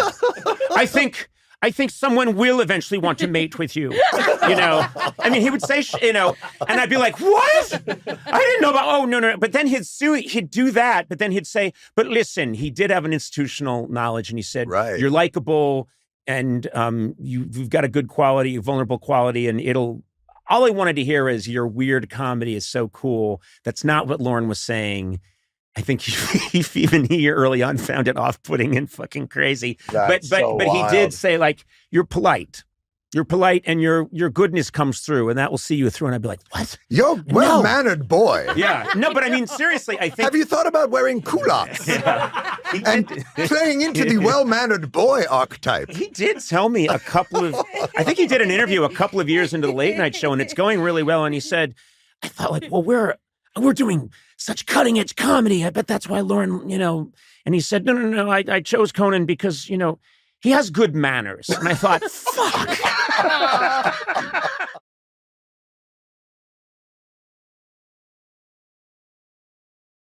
Hello, Conan O'Brien here. Welcome to another installment. I call them installments occasionally. That's nice. Conan O'Brien Needs a Friend, and wonderful show. Today I'm sitting here with Matthew B. Gourley. No. No? No. What is your middle initial? Every time. I know. This is like the forgot 40th again. time you've I asked just want me. the initial. I don't want It's the whole J. name. Okay. I like B. B's. I like to put B. I wish I was Conan B. O'Brien. Well, I'm afraid to hear what you think the B might stand for. Like, For you? yeah. Oh, wow. Brigadier? I'll take it. Yeah. Okay. What about for you? It would be bestest of all, I guess. No? It'd be Conan Brian O'Brien. Yeah, that's right. Conan Brian O'Brien. You know what my middle name is? What's it start with? It's a C. Christopher. That's right. Yeah. Conan Christopher O'Brien. And for a while... Conan Christ Complex O'Brien. Please. Please. That hasn't been proven. Only 9 doctors have said that. I haven't gone to a 10th yet. I was in a writing class as a young man, and this woman came up to me and she said, you should be a writer, and your name should be Conan Christopher. She kind of was telling me that my last name sucked. Oh. You know, that was just, and you know, it's such a common last name. Yeah. For the Irish. It basically is whatever. It's like the Smith of Ireland. Yeah. You know. So she was saying you should be Conan Christopher. So this could have been Conan Christopher Needs a Friend if I had listened to this woman. That's interesting. Yeah. I don't know. Conan's so rare that it kind of cancels it out. Yes, that's what I always thought. And it aligns with Conan O'Brien. My dad actually thought about these things a lot. He wanted all of our names to elide. Oh. He wanted Conan, because the last name was O'Brien, he wanted it to end on a consonant. Yeah. This is the kind of stuff my dad thought about. I get it. Yeah, if you were He never fed us. We never got food. But boy, does my first and last name elide. Thanks, Dad. But what's he got against alliteration? Because if you're Conan Christopher, that's got a nice ring to it as well. Yeah, but I think Conan O'Brien, it just flows right through. Yeah. Conan. No, an N into a C isn't as good as an N into an O. Yeah. Conan O'Brien. Secretly, the only reason I've had a long career in show business is because my first and last name flow. That's the only reason. We've looked into it. People don't like my comedy. And they really don't find me amusing. I'm an irritant, but they're just like, oh my God, Conan O'Brien. Yeah, your name, when you really take it on its own, doesn't quite prepare you for what you're going to get. Right, Yeah. Exactly. Yeah. Exactly. I mean, enema sounds nice. You know, and then you have one and you're like, I don't ever want to do that again. And pulchritude sounds horrible. Exactly. But it means beauty. Yeah. Yes. Yeah. Yeah. This is wonderful. Oh, by the way, if you're wondering why This Sona's- conversation is so boring. No. Or why Sona is so quiet, it's because she wasn't able to join us for the intro to the show. She's on her way, and she's going to be here for the interview. But she couldn't be here. I don't know what she's up to. You know, she's got a very different life now. That's why you also don't hear crinkling bags. She Of usually snacks? She usually Yeah. has these crinkly bags of snacks. Yeah, that's true. Can they make a non-crinkle bag for podcasts? They should. Cotton. Cotton. So you're eating Fritos Out of a cotton out bag. of a cotton bag? We should market that because, you know, there's so many podcasts. There's hundreds and hundreds of thousands of podcasts. Everyone's eating snacks. We could market bags that you put your snacks in that are made of a very soft cotton. That's not a bad idea. And you know what else is a good idea? Is we mentioned the farm, Jennifer Garner's pouch food for children. Mm-hmm. And that's a perfect podcast food, too, because it's quiet and you kind of just suck it like Soylent Green. Yes. Yeah. I'm telling you, Gourley, I don't know much, but I know that this is a money-making idea. Yeah. Soft cotton pouches so that podcast hosts can enjoy snacks while they're podcasting without that crinkle. A little snack purse. A little snack purse that we market.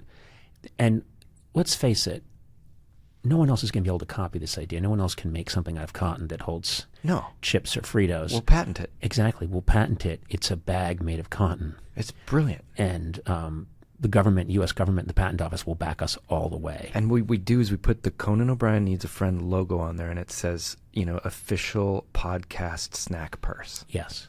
Yes, these will be available soon. If you see someone eating out of a cotton bag that doesn't have the Conan O'Brien logo on it, you know that it's a bootleg. Smack it out of their hand. Smack it out of their hand, and then physically attack them. Yeah, and don't worry about someone seeing you do it because no one will hear you do it. Yeah, and so they won't. When you smack this soft cotton bag out of someone's hand, it's going to make this sound. Yeah, that's it. That's you want to hear it again? Yeah. What? I didn't hear anything. You bastard! That's a bootleg. That's a bootleg cotton bag. I'll show you. That was my grandmother's diamonds. Oh, I'm sorry. I thought you were eating corn chips out of a bootleg Conan cotton bag. I was eating diamonds. You were eating? Wait a minute. Why are you eating? Is this Marathon Man? Is this the ending of Marathon Man? Why are you eating diamonds out of a cotton bag? What's your problem? And your grandmother's diamonds yet?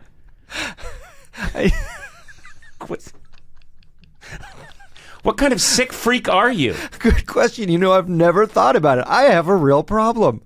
That's your improv? Good question. I've never thought about it. I've got a problem. You're right. Thank you for pointing it out. I appreciate that. That's funny. I love it. I'd love to see you at an improv show, and that's what you do every time. Wait a minute. A telephone that's really a banana. What are you doing? You're right. It never occurred to me. I have a problem. And scene. Curtain comes down. Why would I try to call someone on a banana? That's the 9th sketch you ended in a row, Gourley, with. You're right. I have a problem. The world is upside down. Hey there. Welcome to Conan O'Brien Needs a Friend. Joined by my compatriots. Sona, movsesian. There you go. Took a second. And then Matt Gourley. How are you? I'm pretty good. How are you? I'm doing all right. I think I'm doing fine. Yeah. You know? How are you, Sona? I'm okay. Just okay. Yeah, that's fine. Is it my mic on? No, it's not. Your mic isn't on. Did you do that on purpose? I didn't do anything. It's okay. It's okay. Wait. Eduardo, Eduardo messed up. Eduardo, what happened there? The one time I go drink some water. I drink some What water. do you mean water? I was like, oh, I forgot her mic was not on. Were we Her mic recording? wasn't on. That's We are Wow. recording. We were recording. We are Okay. recording. What if actually. this is why you lost your job as an air traffic controller? Because he kept turning their mics off. I'm sorry, Sona. No, you're supposed to be a professional organization, and Eduardo here, who I admire, who built this studio. I know. You gave me a gift because I don't think he has anything to harp on you about. And now he didn't turn my mic on. I do have something good to talk about. Huh. The other night, some friends of my wife and I were having dinner at like kind of a fancy restaurant, and it was in Beverly Hills, which we never go into that part of town. Like, I'm not a guy that goes to restaurants in Beverly Hills. You're not a BH guy. I'm not. And so we go there and we have this really nice meal with our friends. And I'm like, oh, this is great. This place is terrific. And then we're about to leave. And this gentleman comes up to me who I think works with the restaurant. And he says, Mr. O'Brien, I'm here to walk you through walk you past the paparazzi. And I said, what? Because I'm like, what are you talking about? Paparazzi? That's not, And he's like, no, I'm here to make sure that you get through the paparazzi. Okay. I'll walk you back to your car. And I'm like, with my wife, like, well, that's weird. Okay. We walk outside. Nobody. I mean, not just no paparazzi, no people. It was like they were shooting Omega Man, like a post-apocalyptic. And then I have the added thing of like, this guy's with me and he's kind of acting like, right this way. Just keep moving. I'm like, what are you talking about? It's me. I don't have... I'm not someone who's so like, funny. Why don't they leave me alone? But it was so funny. And this guy never acknowledged, Never? Well, he never acknowledged that, I thought there was, or I just assumed because you're a known person that there would be, and I was assuming that he knew that, Oh, no. But he never let on. He was just like, keep right this way. Which one's your car? Wow. And he committed the whole way. The whole way. It was just, I thought it was so perfect. It was so me, like, Mr. Bryan, I'm here to help you through the paparazzi. Huh? What? Well, if you say so. Doors fly open. Tumbleweed went by with a long lens camera, but not aimed at me. It was really funny. For your birthday, we should get you paparazzi. I think that'd be nice. Yeah. That would be Real paparazzi? Yeah. No. Or People, just fake people with because real paparazzi wouldn't come. Yeah. Every Christmas season, it's the same thing. Demands for more podcast episode comes in, and we've got to meet those demands. We got to mail out those podcasts. We got to get them in the mail. Oh, I didn't Well, guess know what? about With that. Stamps.com, all you need is a computer and printer. Then you're ready for that holiday rush. You know what I'm saying? Remember last year when we were stuffing podcasts into envelopes and licking them and putting on the stamps? It was crazy in here. Yeah. No we were more. working Not with so Stamps.com. hard. They even send you a free scale so you have everything you need to get started. Because whenever I go to mail stuff out, I'm like, where's my scale? Well, they got the scale ready there for you. Now, taking care of orders on the go is even easier with the Stamps.com mobile app. If you need a package pickup, you can easily schedule it through your Stamps.com dashboard. And if you sell products online, Stamps.com seamlessly connects with every major marketplace and shopping cart. Get your business ready for the holiday rush. Get started with Stamps.com today. Sign up at Stamps.com/Conan for a special offer that includes a 4-week trial plus free postage and a free digital scale. No long-term commitments or contracts. Just go to Stamps.com/Conan. I did do a thing that was really funny. There was a period in my life when sometimes there would be people around, and I wanted to normalize that for my kids. So what I would do is, when my kids were little, I taught them this bit, but we would walk out and it'd be at some restaurant, where there aren't anybody. There's nobody there. There's no paparazzi.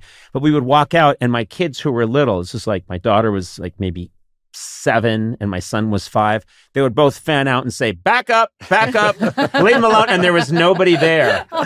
And it was fun because it was making fun of me about no one gives a shit about our dad. And then, but I just love to see little kids going, please, he's a person, give him room. But I don't know where this guy got it in his head. Maybe he just assumed like, well, we've had other famous people here and it's a mob scene out. We just had, whatever, Travis. I would feel embarrassed that there wasn't a crowd, but also embarrassing that you're making this guy work for nothing. I didn't. Well, Yeah. I tipped this gentleman because I felt like he's just walked me to That's why he's doing it. I know, but I just felt bad. I didn't know what to think. I thought this is please, I'm here to help you. It's a mob scene. Mr. President. Yeah. We just had Taylor Swift and Travis were here, and we know how it can be. So we're gonna walk you to your car. What did it? Car. I always in those moments when things are really quiet, I always want a bird to go by. Car, like a mocking bird.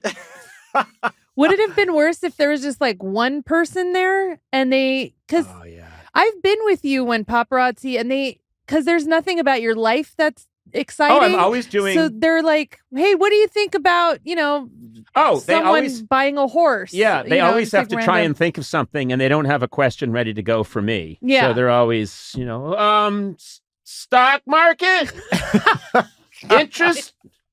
What did you buy at the CVS? Oh, I got those caps that you put on a toothbrush that sort of keep other things from brushing up against it. And then you just know TMZ's like, Conan sucks. Bang! Right this way, Mr. O'Brien. We got your back.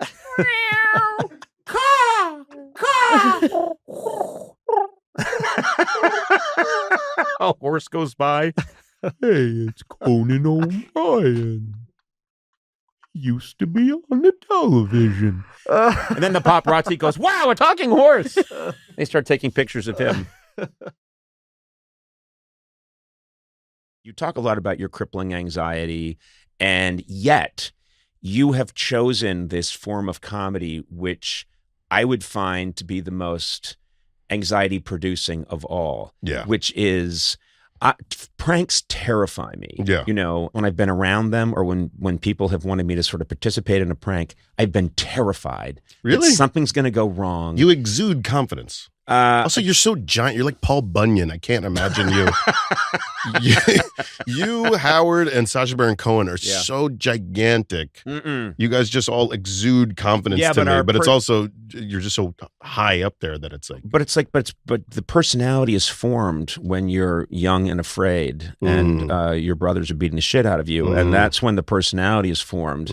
And it never changes. And you're going to school with carrot red hair and two front teeth that are dead and freckles and you don't have two front teeth that are dead. I did. When I was a little kid, I fell in the driveway and my two front teeth died. And my parents said, "Well, dentists back then were like, leave them in. The other ones will come out in a few years." And so I walked around with these two gray teeth in front.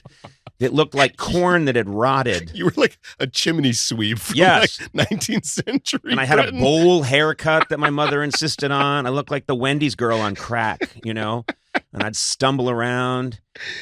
And Boston is a tough town. Yeah. They weren't. People are tough there. Yeah. And so there was a lot of running away. I remembered running away from people a lot. And pranks terrify you. But what I'm saying is that pranks. Oh, for a person with anxiety, how can I do such anxiety-provoking things?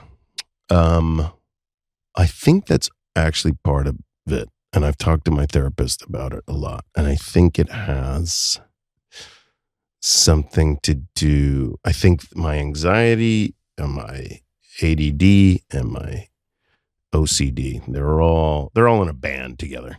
They're all jamming out together. And I think the only time I feel alive, that was in my head, but I didn't want to say it. I was like, I can't say that. Like, I'm like the guitar player from Aerosmith. The only time I feel alive is when I'm doing something like that's so high stakes and threatening my life that it helps me focus. Maybe that's me trying to but my fear, psychologist to myself. My fear would not be that I would get hurt. My fear would be that someone else might get hurt, emotionally or physically. No. Well, both, but I'd be, but physically too. Like you're shooting something, or someone's. It's supposed to look like someone got badly hurt, but they didn't. But what if someone else rushed in and then they got hurt? Yeah, I don't know.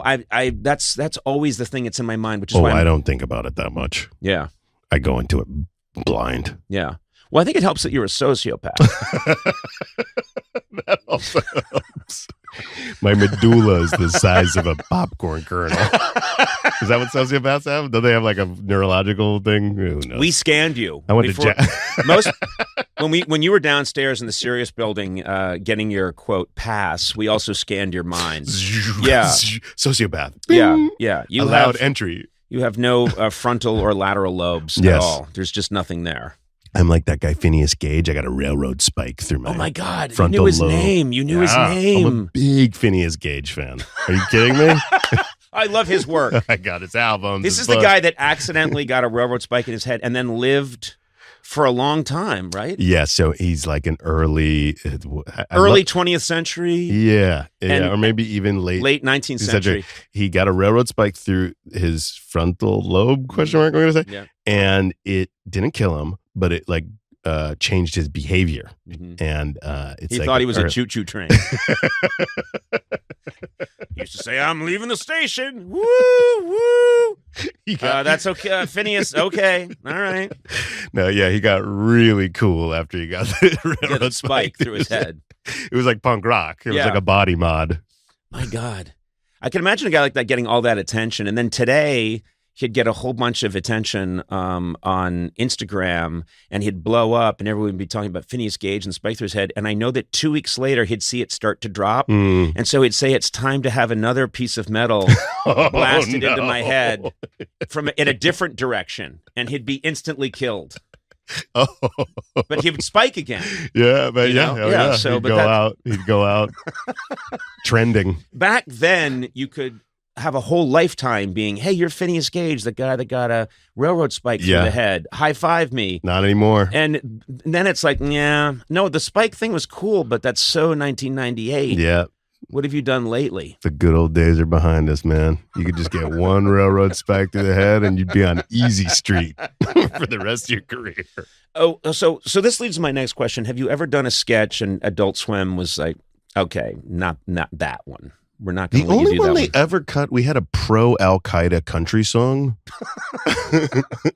That's the only one that it was like, oh, sweet Al Qaeda, can't believe I never tried you. Something like that. And what was the point of view of this country singer that, Al Qaeda's been enough, we've been shitting on them too much and it's time for them to catch a break? Yeah, it was like there's a lot of anti-Al Qaeda sentiment. They need like a PR shakeup. And they have a country song. Yeah, so he had a country singer come in and sing a pro Al Qaeda country song, and they that's the only thing they ever cut. And I'm like defecating on my desk every other interview, and they're like, "Yeah, no problem." Right. In front of celebrities. Right. Have you fully dilated? Have you had celebrities walk out? Yeah. Who's walked out? The rapper T.I. walked out, and Lauren Conrad, the reality TV show from star. The Hills or something. Yeah, don't act like you don't know. Conan. No, we dated, and then we were married, and then divorced, then remarried, then divorced again. But that was a long time ago. Yeah, that was weeks ago. Yeah. So she walked out because she didn't like the flavor of your question. I vomited on the desk during the interview.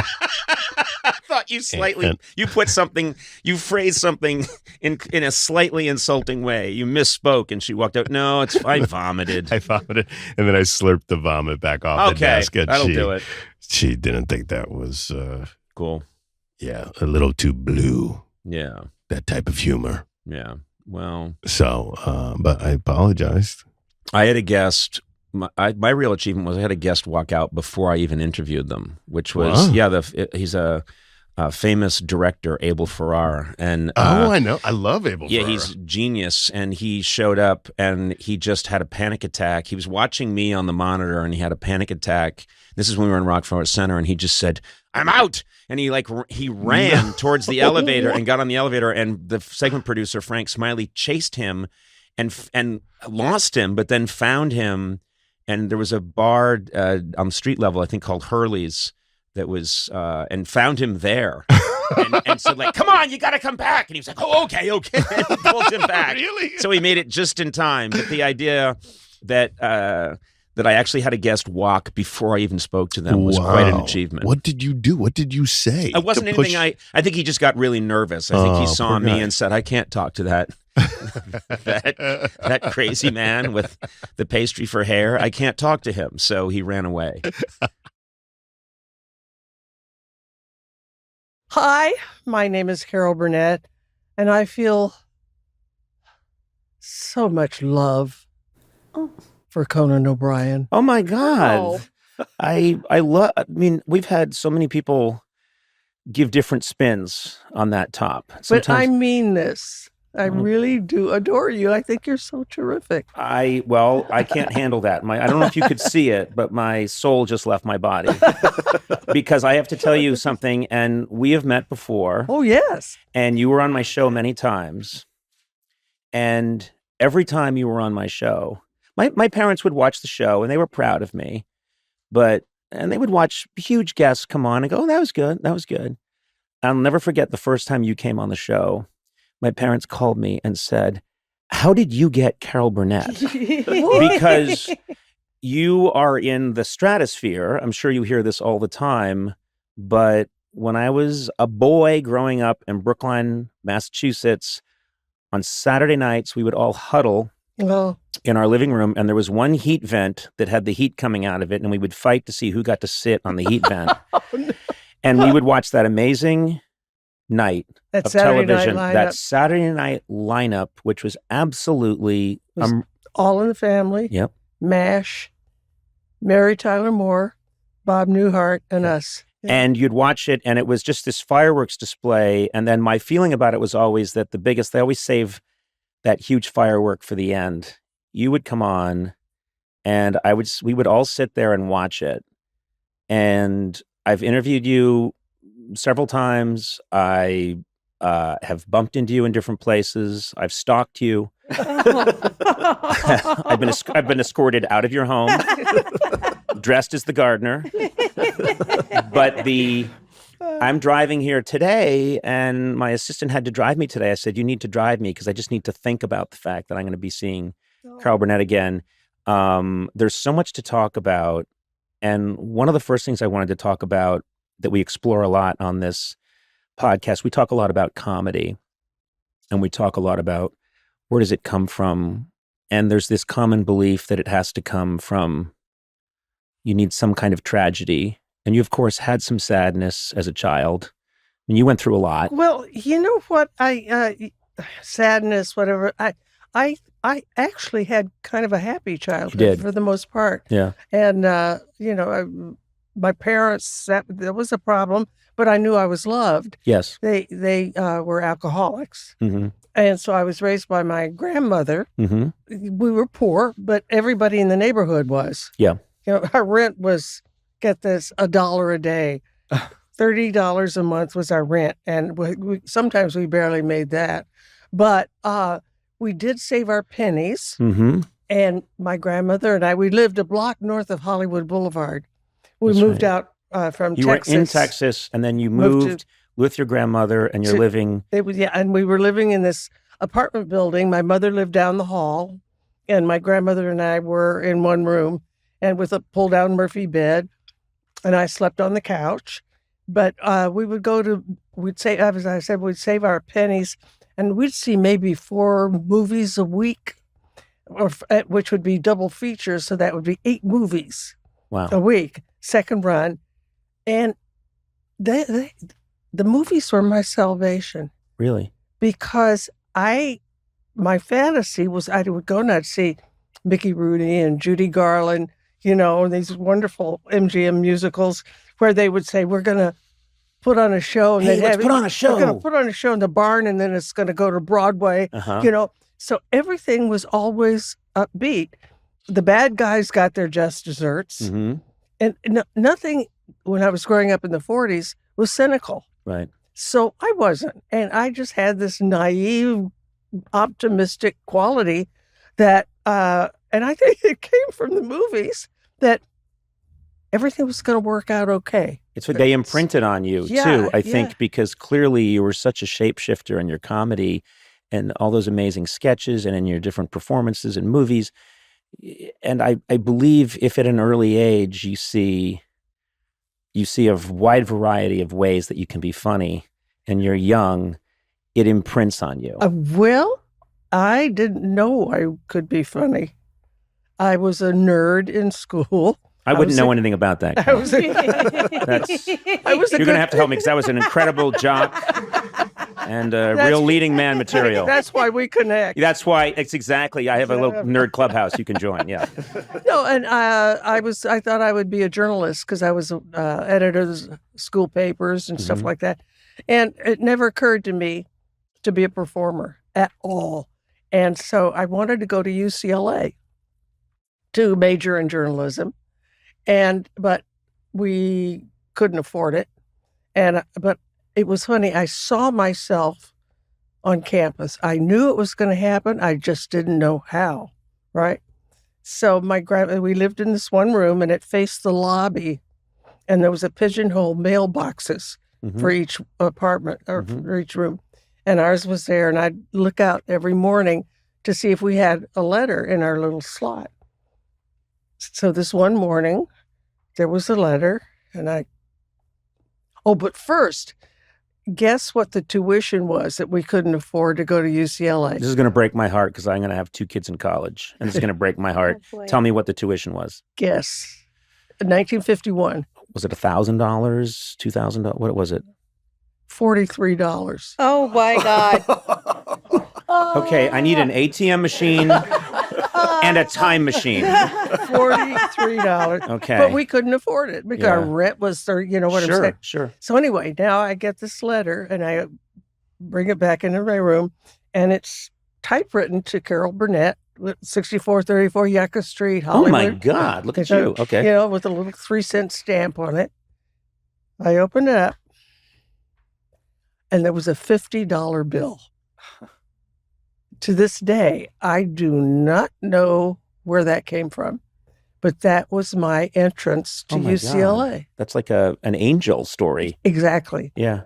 And so I got to go to UCLA, but they did not have a major in journalism. I could take a course and join the Daily Bruin newspaper. So I got the catalog and I'm looking through and it said theater arts English, theater arts theater, theater arts film, theater arts song. And I said, theater arts English, well, I love to write. And I thought, well, I'll major in that and take the playwriting courses and all of that.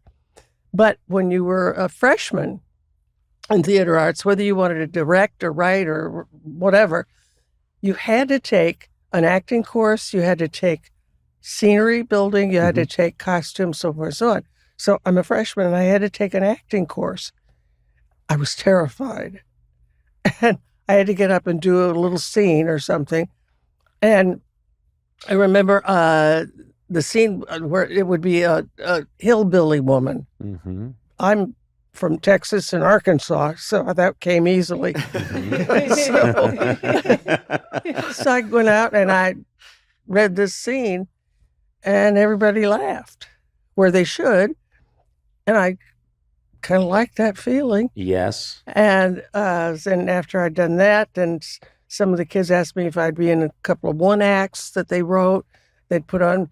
Pretty soon I was starting to do that and getting that kind of response, which I had never dreamed I would ever get, because had there been a major in journalism, I wouldn't be here talking to you now about all of this. Well, you screwed up. Yeah, I did. If this is the big prize you get at the end of this incredible story, you made a mistake.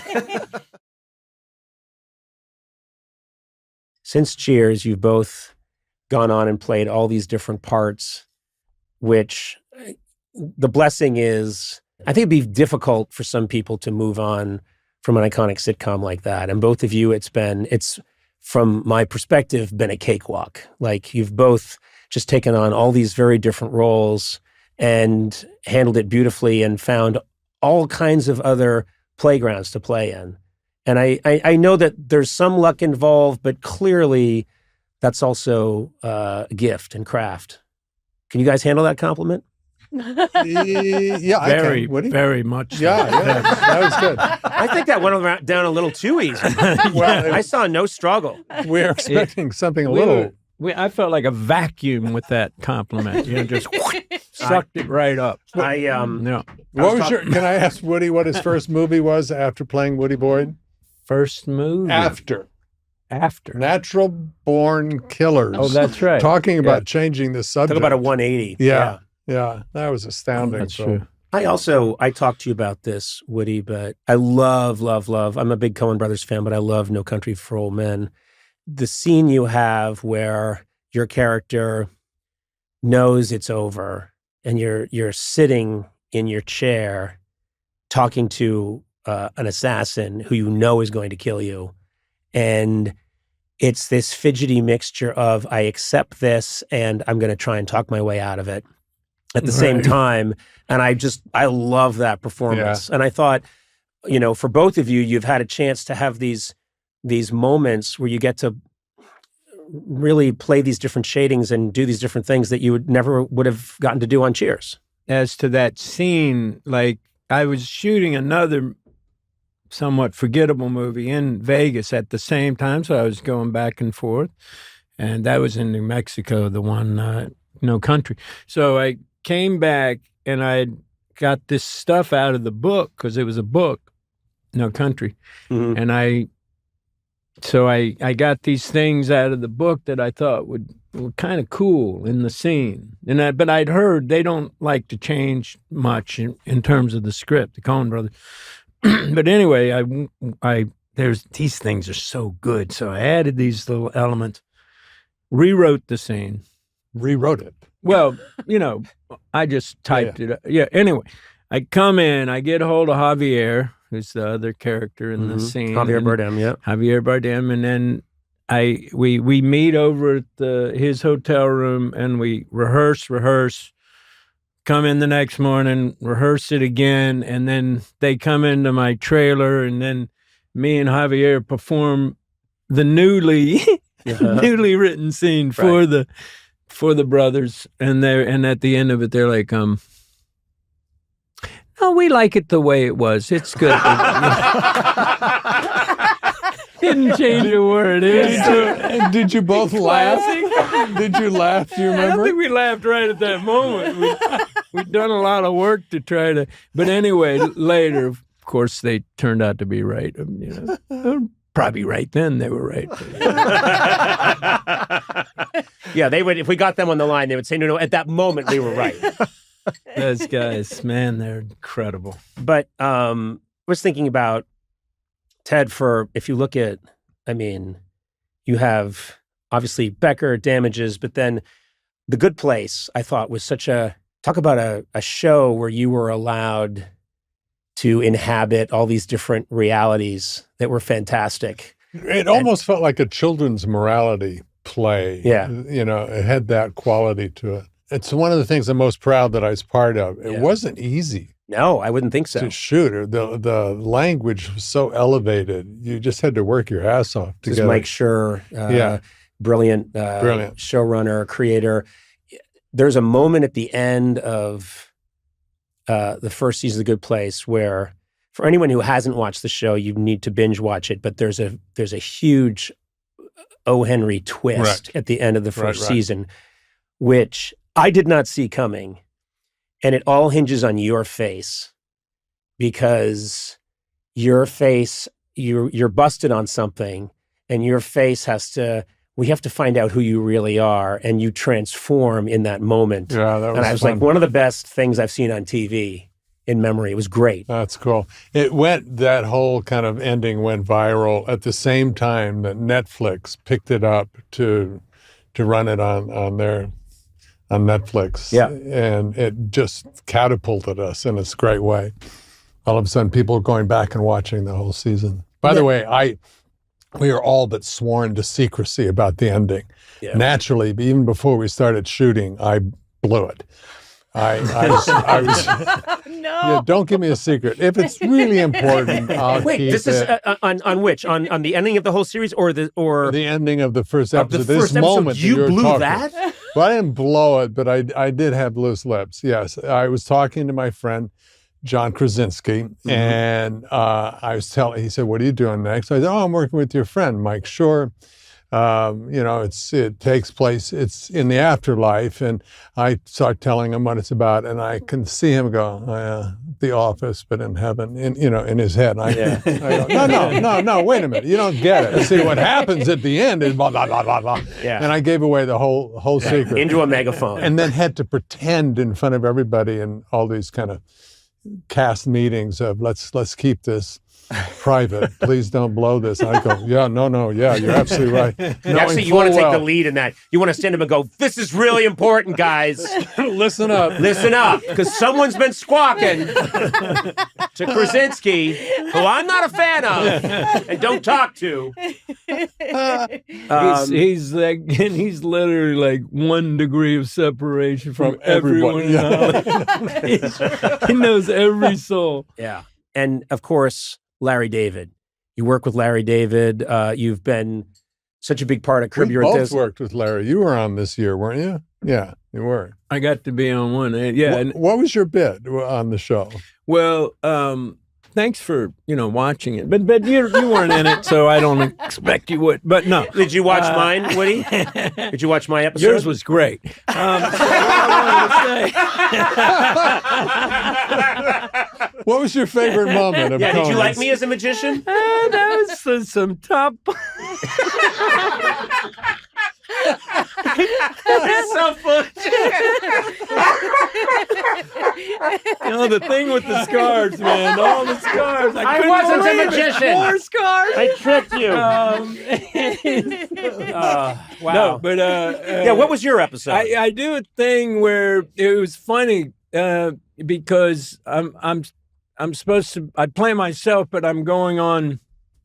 I'm getting an Academy Award, and then I do this whole thing where I talk about mistreatment of cows, and so then then he wants to do a show with me, so I go over and I meet with him, and then he's like, well, pitching at the thing or something, and then I'm like, oh, this milk, you have, is that milk? And he goes, And he remembers because he saw the. He says, "Oh, no, that's from my cow on my farm." And then, well, anyway, so I'm like, we should go out there and see the. Of course, yes. And anyway, so things go bad out on the farm, and in the end, and in the end of it, I'm throwing cherries at him or something, and I'm saying, Ted Danson was right about you. I'm always the asshole on his show. Well, you know what's funny? No, but I improvised that. That wasn't his idea. Once again. Yeah. Once again. The Coen brothers were wrong. I know what you're thinking. You wanted to throw cherries at Javier Bardem in this emotionally packed scene. Can I tell you how wounded I have been over the years because of what he's gonna. Horribly wounded. I once pantsed him in front of a full audience, and he decided it was his day of going commando or something. So it was very effective, and it pissed him off. But later, a year later, because he's like a killer, he waits and he waits and he waits, and he invited me to his premiere of his movie. It was Doc Hollywood. With Michael, and he's kind of a hick in the movie, and then at the end, all the, pardon the slang, hicks come to Hollywood and they're sitting around watching. But he comes to me and he says, Ted, I really want you to come to my movie, the premiere. I so respect what you think, and it would mean a lot to me. And he just laid it on, and I was just so chuffed. I felt of course. So happy my new friend loved me this much. And I show up, and he says, hey, Ted, over here, sit right behind me. Right, I got a great seat. So I was sitting right behind him. God bless Woody Harrelson. I love him so much. The end of the movie comes, and all the hicks are sitting around this coffee shop in Hollywood, and you hear the last two lines are oh, there's a movie star. And then, was it you? Said, no, that's Ted Danson. And the whole audience roared with laughter. And I had to, Beautiful. It was deep. Beautifully done. Yeah. Beautifully done. Revenge is a dish best served cold.